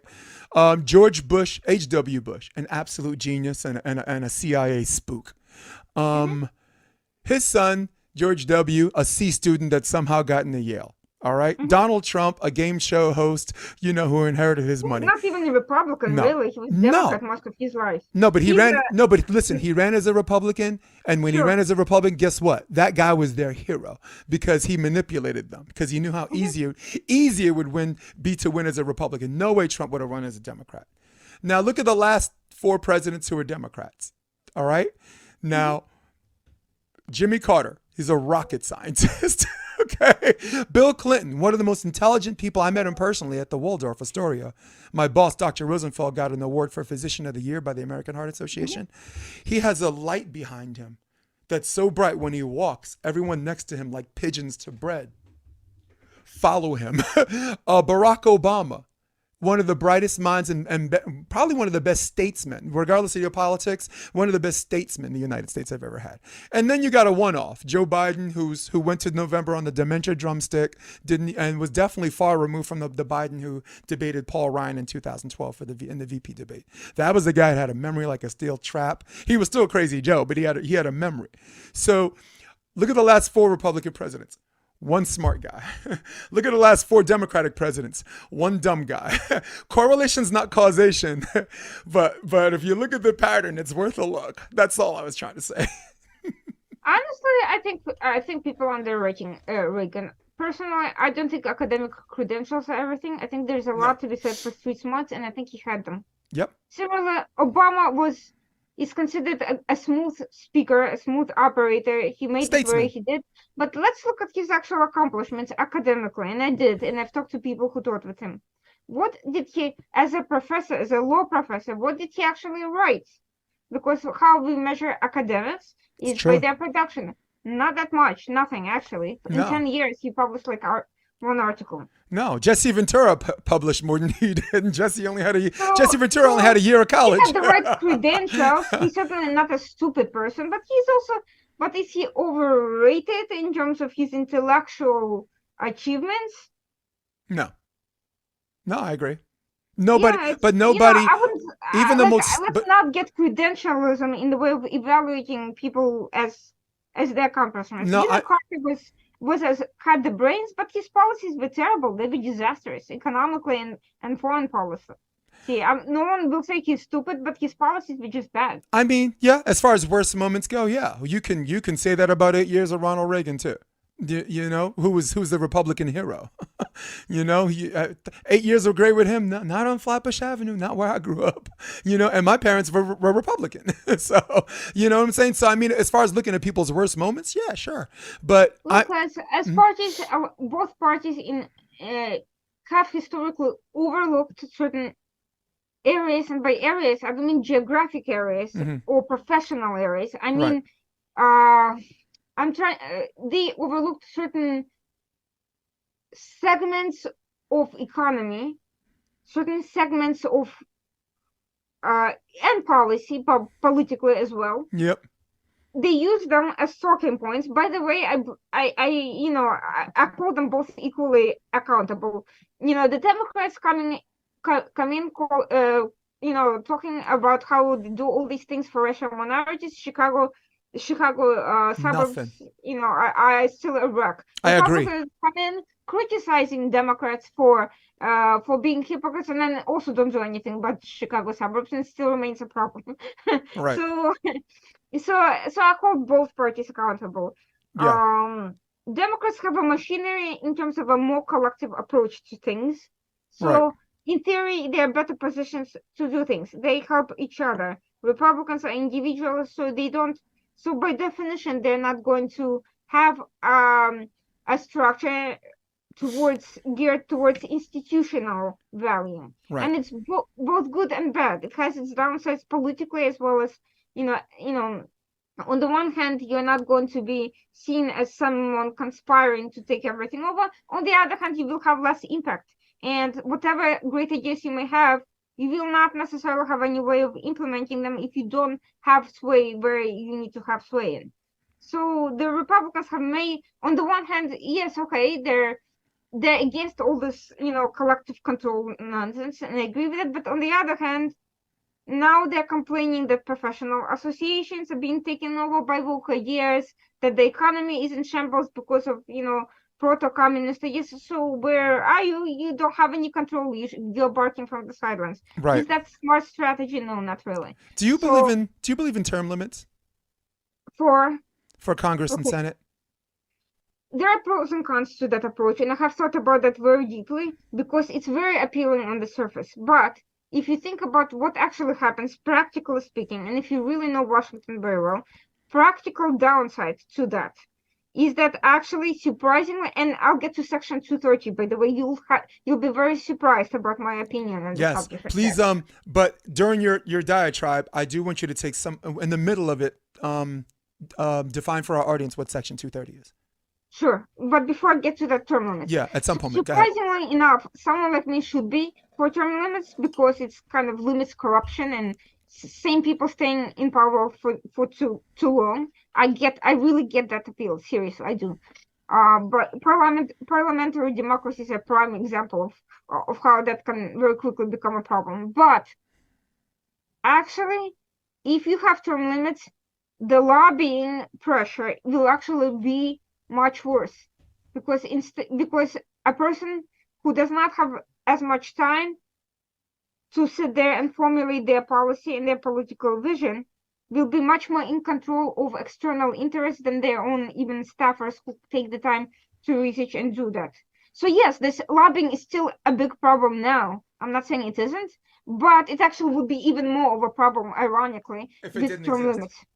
right? If it didn't exist, I like um I like term limits only in the sense that when you get elected, if you stop campaigning for your next election, you could actually get some work done. The reason why the Democrats, who had control of the House, control of the Senate, control of the White House, were finger pointing is because they were working on ways to get reelected instead of what their constituents wanted because it was too risque and they weren't going to get elected. However, let's say you have 2 4-year terms in your second term, whatever. You're just gonna do. Those people tend to do what's right at the end. You know what I'm saying? Because they're not, unless they're looking for some book to sell or looking for another position, which, like you said, because these are career politicians, so no one wants it to be over. But I think certain people have less to lose by doing the right thing. You know what I'm saying? And I love what you said about Republican presidents because some of them do things that are not logical and sensible, but at the same time right. And like you said, that goes beyond academia and what someone read in a book and telling everybody how things are supposed to be. So I get that. Section 230. So Section 230, very simple for everyone. It offers protection to social media companies against third party activity. So say For you have, liability, right? yeah, if you are Facebook and somebody is advertising on your page and somebody takes issue with that advertisement, they can sue you for the advertisement. They have to sue whoever that is directly. Right. Good. Yeah, basically very simple. It applies not just to advertising but also to comments. Let's say I write a nasty comment somewhere and it's up to Facebook whether to delete it or not. But ultimately, if something happens as a result of me writing that nasty comments, it's not Facebook going to be responsible. It's just going to be me. And that's the way it should be. So the current discussion now is whether to remove 230 or not. There's a few lawsuits facing the Supreme Court by families of victims of ISIS because these families are claiming that by allowing at a certain point in time ISIS to proliferate on social media pages, um, these companies allow them to publicly conspire and carry out the killings that resulted in the deaths of these American individuals. Right. So, interestingly enough, different parties, both parties are there are voices in both parties in favor of removal of 230. Democrats, because they think that will hold the social media companies accountable, and Republicans, because they believe that it will result in less censorship. But to be honest with you, I really don't get that argument. I actually think it will result in more censorship, because then, facing liability, the companies are more likely to be cautious in what voices they and what advertising they allow, and they'll censor more, not less. Now, I would support that if I knew that big tech was bipartisan. It's not. Okay, if they decide what to take down, you know it's going to be motivated by one side of the political party. Oh, this is misinformation. Who determined it was misinformation? A whole bunch of guys are independent fact checkers, are experts. That's nonsense. You know, because you got your Facebook account removed for some things that they might Twitter, that they yep. considered information that So that that's a by the very way was legitimate. true. Okay, what was what was a conspiracy theory in 2017 is now a spoiler alert in 2023. So that's why I disagree with getting rid of it. The other thing is you are allowed to people are allowed to lie on CNN and get sued for lying on CNN, and CNN doesn't get sued.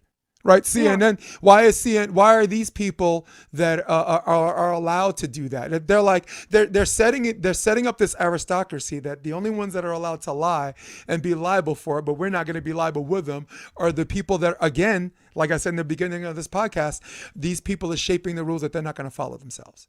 They don't have to. This Twitter exists because of the blue check. Go on your Twitter wall right now. The first 10 people that you don't even follow are going to have a blue check to their name. They're going to have their opinion, and they're going to allow the minions to 430 comments to argue why they disagree with what a famous person thinks. So I don't support it because I want free thought. This is America, okay? This is Popular speech doesn't need protection. Unpopular speech needs protection. I agree with that. I just think I basically think that this is a very legitimate concern. I think Section 230 has absolutely nothing to do with it. Right. It has nothing to do with liberalizing speech either way or not. Do you think it's a head fake or a distraction? I think that the Congress is desperately looking for a way to deal with this problem, Right. and they can't think of anything else. And they're literally wrapping. No, I honestly firmly believe that. I genuinely do. I do too. That's why I didn't mean this is an involuntary laugh. I promise. I firmly believe that. Including, the few people I respect, I literally think they're searching for a solution to satisfy all the public,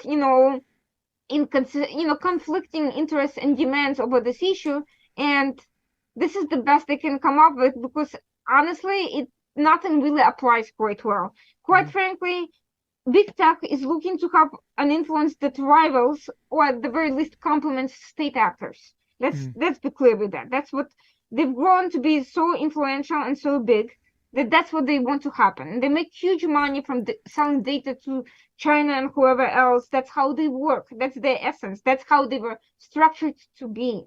So unless you want to destroy the companies completely, disincentivize financial, and just leave platforms as just platforms of communication, which is also not going to happen.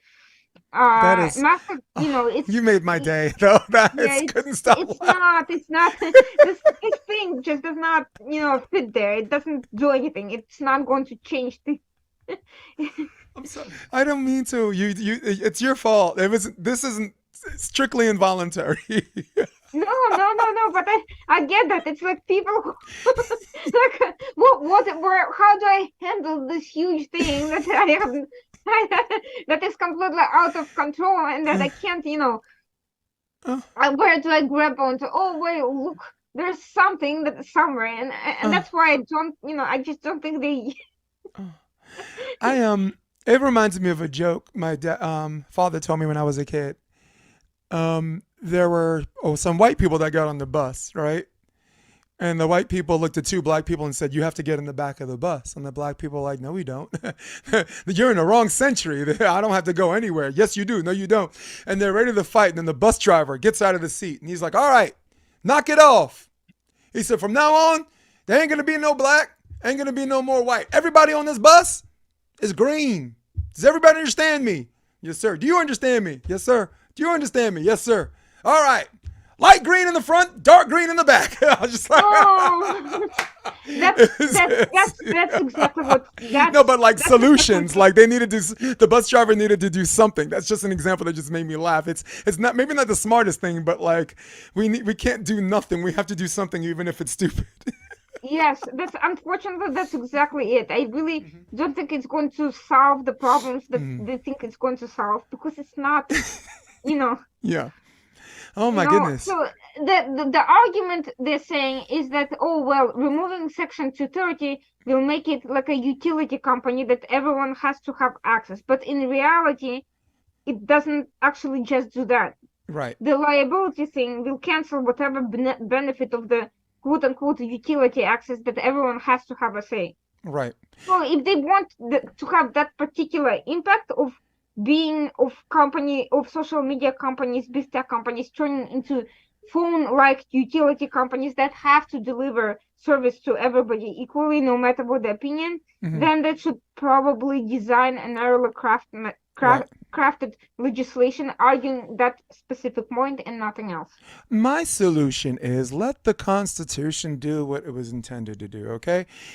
Free speech is a double-edged sword. Just educating our people at home, free speech, the First Amendment is just designed. I mean, you're the lawyer, so I need to educate the plebs, all right? Free speech is designed to prevent government persecution of your free speech. We're talking. Remember, we had a conversation about freedom after the speech, and that's what the principles of the American values of the First Amendment was. And in our history, the best way to combat free speech is with free speech.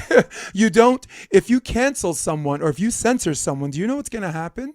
It's going to create a tension that boils over so far to the top. There will be an explosion that no one sees coming, because you don't see it coming.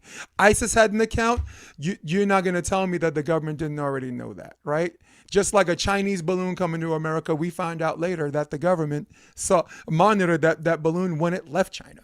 So we basically want to, a lot of the times we want to see where it's going before somebody else sees it, and now we got to shoot it down because like the balloon thing, it turns out like an airline, pilot saw it and they're like, all right, someone saw it, now we got to shoot it down. But they were watching that thing.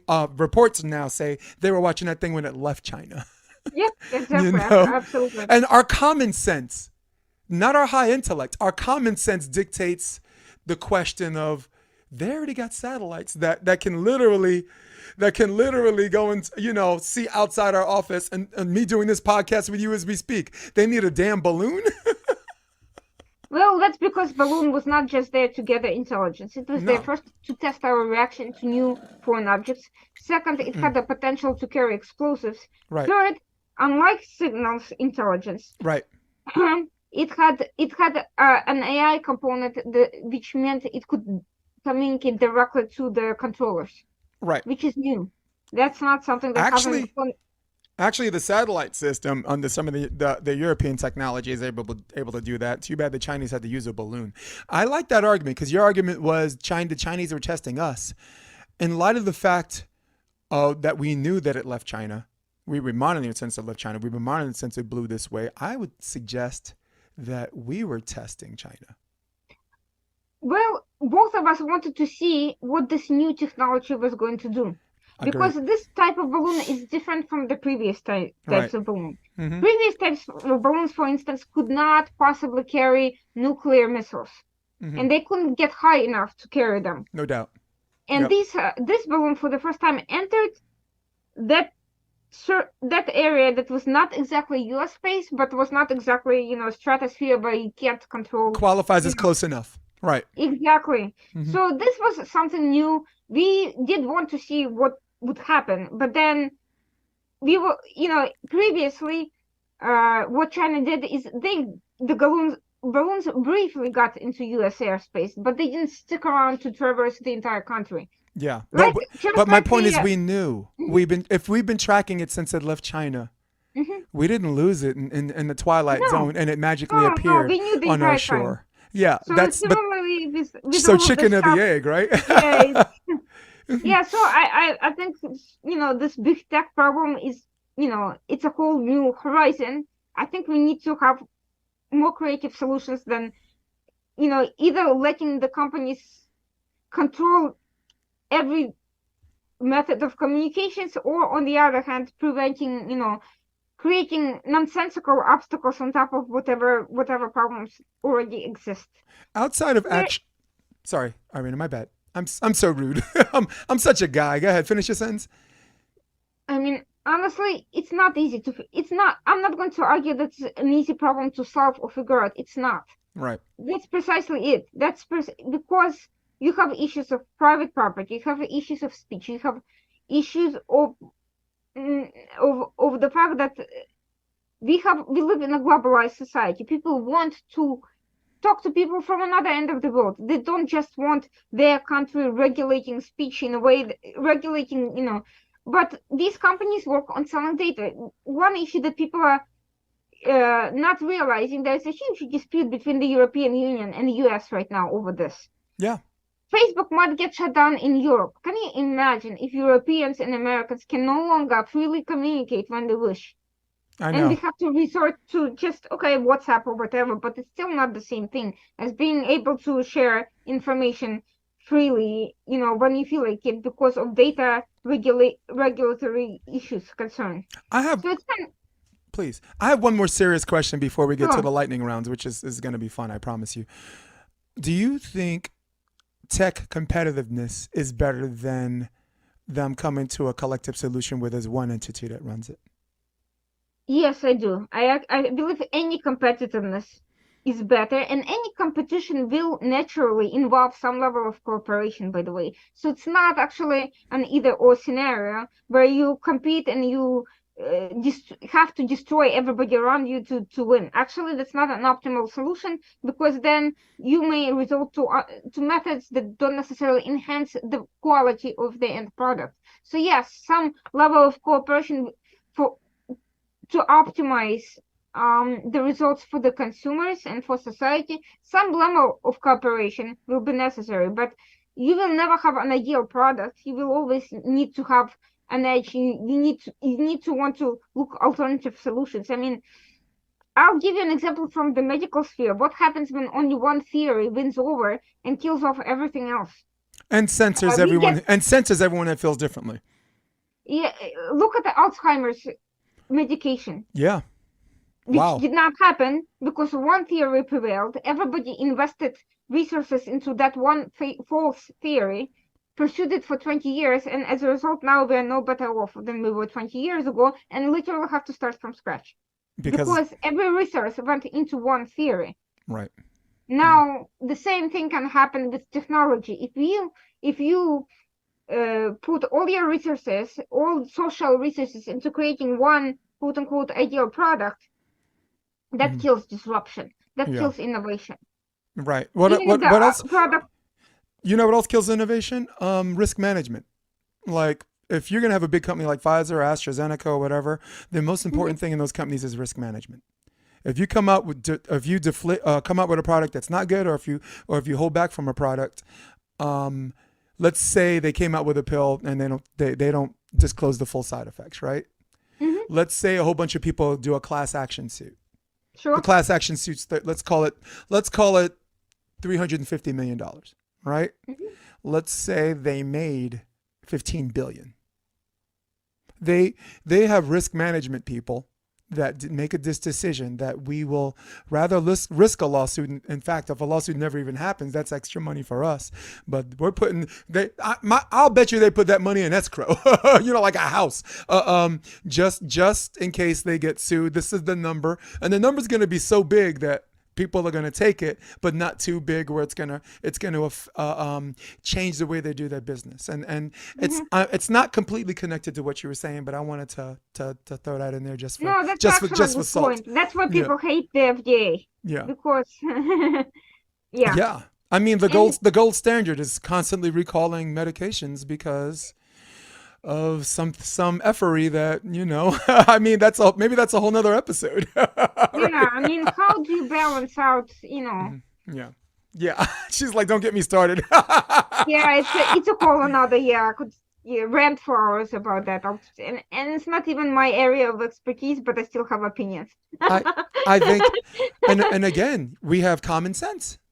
There's something called, whatever happened to just putting two plus two together, right?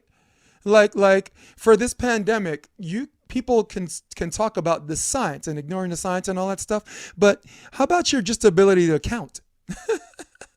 I'll give you an example. Here's an example. There's 100 people that live in a village, right? Hmm. Let's say 10 people don't get a vaccine. Let's say the Sure. other 90 people do, right? Hmm. So if 5 of those 10 people get infected, what percentage is that? That's 50%, right? Hmm. Now, if the remaining 90, if 30 of the 90 get infected, what percentage is that? That's 33%. So it looks like the people who chose not to are getting infected at a higher rate. If you introduce the statistic and percentage, it makes it look conceivably worse. But if you actually look at the math, it's quantitative reasoning. The smaller the sample size, the higher the probability. So I'm not a doctor, but if you just use a little common sense and look at the math, there's something that you're not telling this, you're telling the story this way to convince people to do something else. Actually, the story was told in the worst way possible. The only story was that's the only argument that was necessary and should have been made. Listen, the vaccine is not perfect. It's not a panacea from all ills, but Right. if it reduces the chances of dying or going to the hospital, if you don't have any autoimmune conditions that make you vaccines in general bad for you. So you know what? If you are, if you are a vulnerable person, or if you want to reduce your chances of going to the hospitals, and here's the vaccine, go take it, and I bet you more people would have gone for it than you know. I agree. And for YouTube purposes, we have to say that the vaccine works perfectly and it prevents severe disease and prevents hospitalization, and it's excellent. Uh, Now, lightning rounds. I told you I'm good. I Hey, should, I I enjoyed should, it. I personally enjoy shots. me That's just too. me. Me too. Shoot me up with whatever you want, man. So there's our 60-second clock. These are lightning round questions. Quick questions, quick answers. Nothing too loaded. You ready? Yep. All right. So, favorite comedian? Oh, actually Russian ones. So I don't really watch too many American comedians. Okay. Last good book you read? The one I'm reading now, Excellent Without Borders, The Haqqani Network and the Road to Kabul by Jerry Van Dyke. Excellent. Marvel or DC? Marvel, 100%. Me too. Pool or beach? Beach. Of course. Lord of the Rings or Harry Potter? Haven't read or watched Harry Potter, but really like Lord of the Rings. Your favorite sport as a spectator? Figure skating. Favorite action film star growing up? I only had watched a few, like Van Damme and Arnold Schwarzenegger, so I didn't really have much of a choice. It was mostly action flicks of that type that we had access to at the time. I can't say in retrospect that they would have been my favorites had I had more access to other Who's things. who's the GOP nominee for 2024? Too early to tell because I don't know who is fully everyone who is running or who will announce. No, Way who too do you early. think? No, predictive validity. Who do you think is gonna run? You think it's DeSantis and Trump? No, I do Okay. not actually. Last question. Does Biden make it to 2024? You mean in terms of being alive or in terms of running? I'm sorry, but I had to clarify. No, we I need a. think he Do might we need he an might extra minute for that one? he, he might survive. I'm not God, but I don't think he's going to run for second term. Me neither. I don't. I think I would be severely impressed with the man. I will have a changed opinion if he actually runs again, like he says he is, and makes it to 2024. Not trying to cast terrible aspersions on him. I just want people I just want us for a country to be okay, and I want that man to be okay. I didn't, not Yeah, not yeah, not yeah, my of course, favorite yeah. president, not my favorite candidate, but I want people to be okay because Sure. that's Yeah, how yeah. we I were just raised. don't think he's going to run for second term. As for Mm-hmm. DeSantis, he's a great governor. Mm-hmm. Not even a great governor. Yeah. I don't think he's ready to run for president. I No. think he will flame out earlier because he peaked too early, and I don't think he's going to be the nominee, even though right now it looks like there's a high level of support for him. Yeah, but that's what happens, right? When you play your card early, Mhm. they gather and arm themselves with as much information as they can. So, totally agree with you on that. So, wow, 2 hours and 15 minutes. Um, sorry about that. But is there a particular site where people want to know more about your journalistic work or whatever, or an IG handle where people want to know more about the work you're doing? Sure. So well, first of all, there's, my law firm and my company. My law firm is Irina Tsukerman's National Security Boutique Law Firm. Just Google that. That'll one of the first things that comes up. Scarab Rising is where I do my geopolitical analysis, and the Washington Outsider is where I share articles from voices around the globe that you won't necessarily find in your mainstream media feed. I also have a Substack where I put together my media appearances and also share occasional things that don't quite fit into everything else, responses to things happening, responses to articles or arguments with people in online that I have that need to be substantiated. I So like that's that. my Substack account. Excellent. So, Irina, um, let me tell you something. You might love everybody, but me, I don't love everybody. In fact, we're out of here. I can't stand these people listening to me. All right. So, for all of you at home, for all of you on your iPad or your iPhone, for all of you on your desktop, who runs the world? Old school, baby. This is Irina Tsukerman. I am Jason DeBillius. This is episode 167 of the Option Podcast. Stay with me as I hit my music. We are out of here. Come check out the Option Podcast on optionvb.com. It's also available on iTunes and Spotify and on YouTube under the NY Varsity Sports handle. You're going to love what you hear.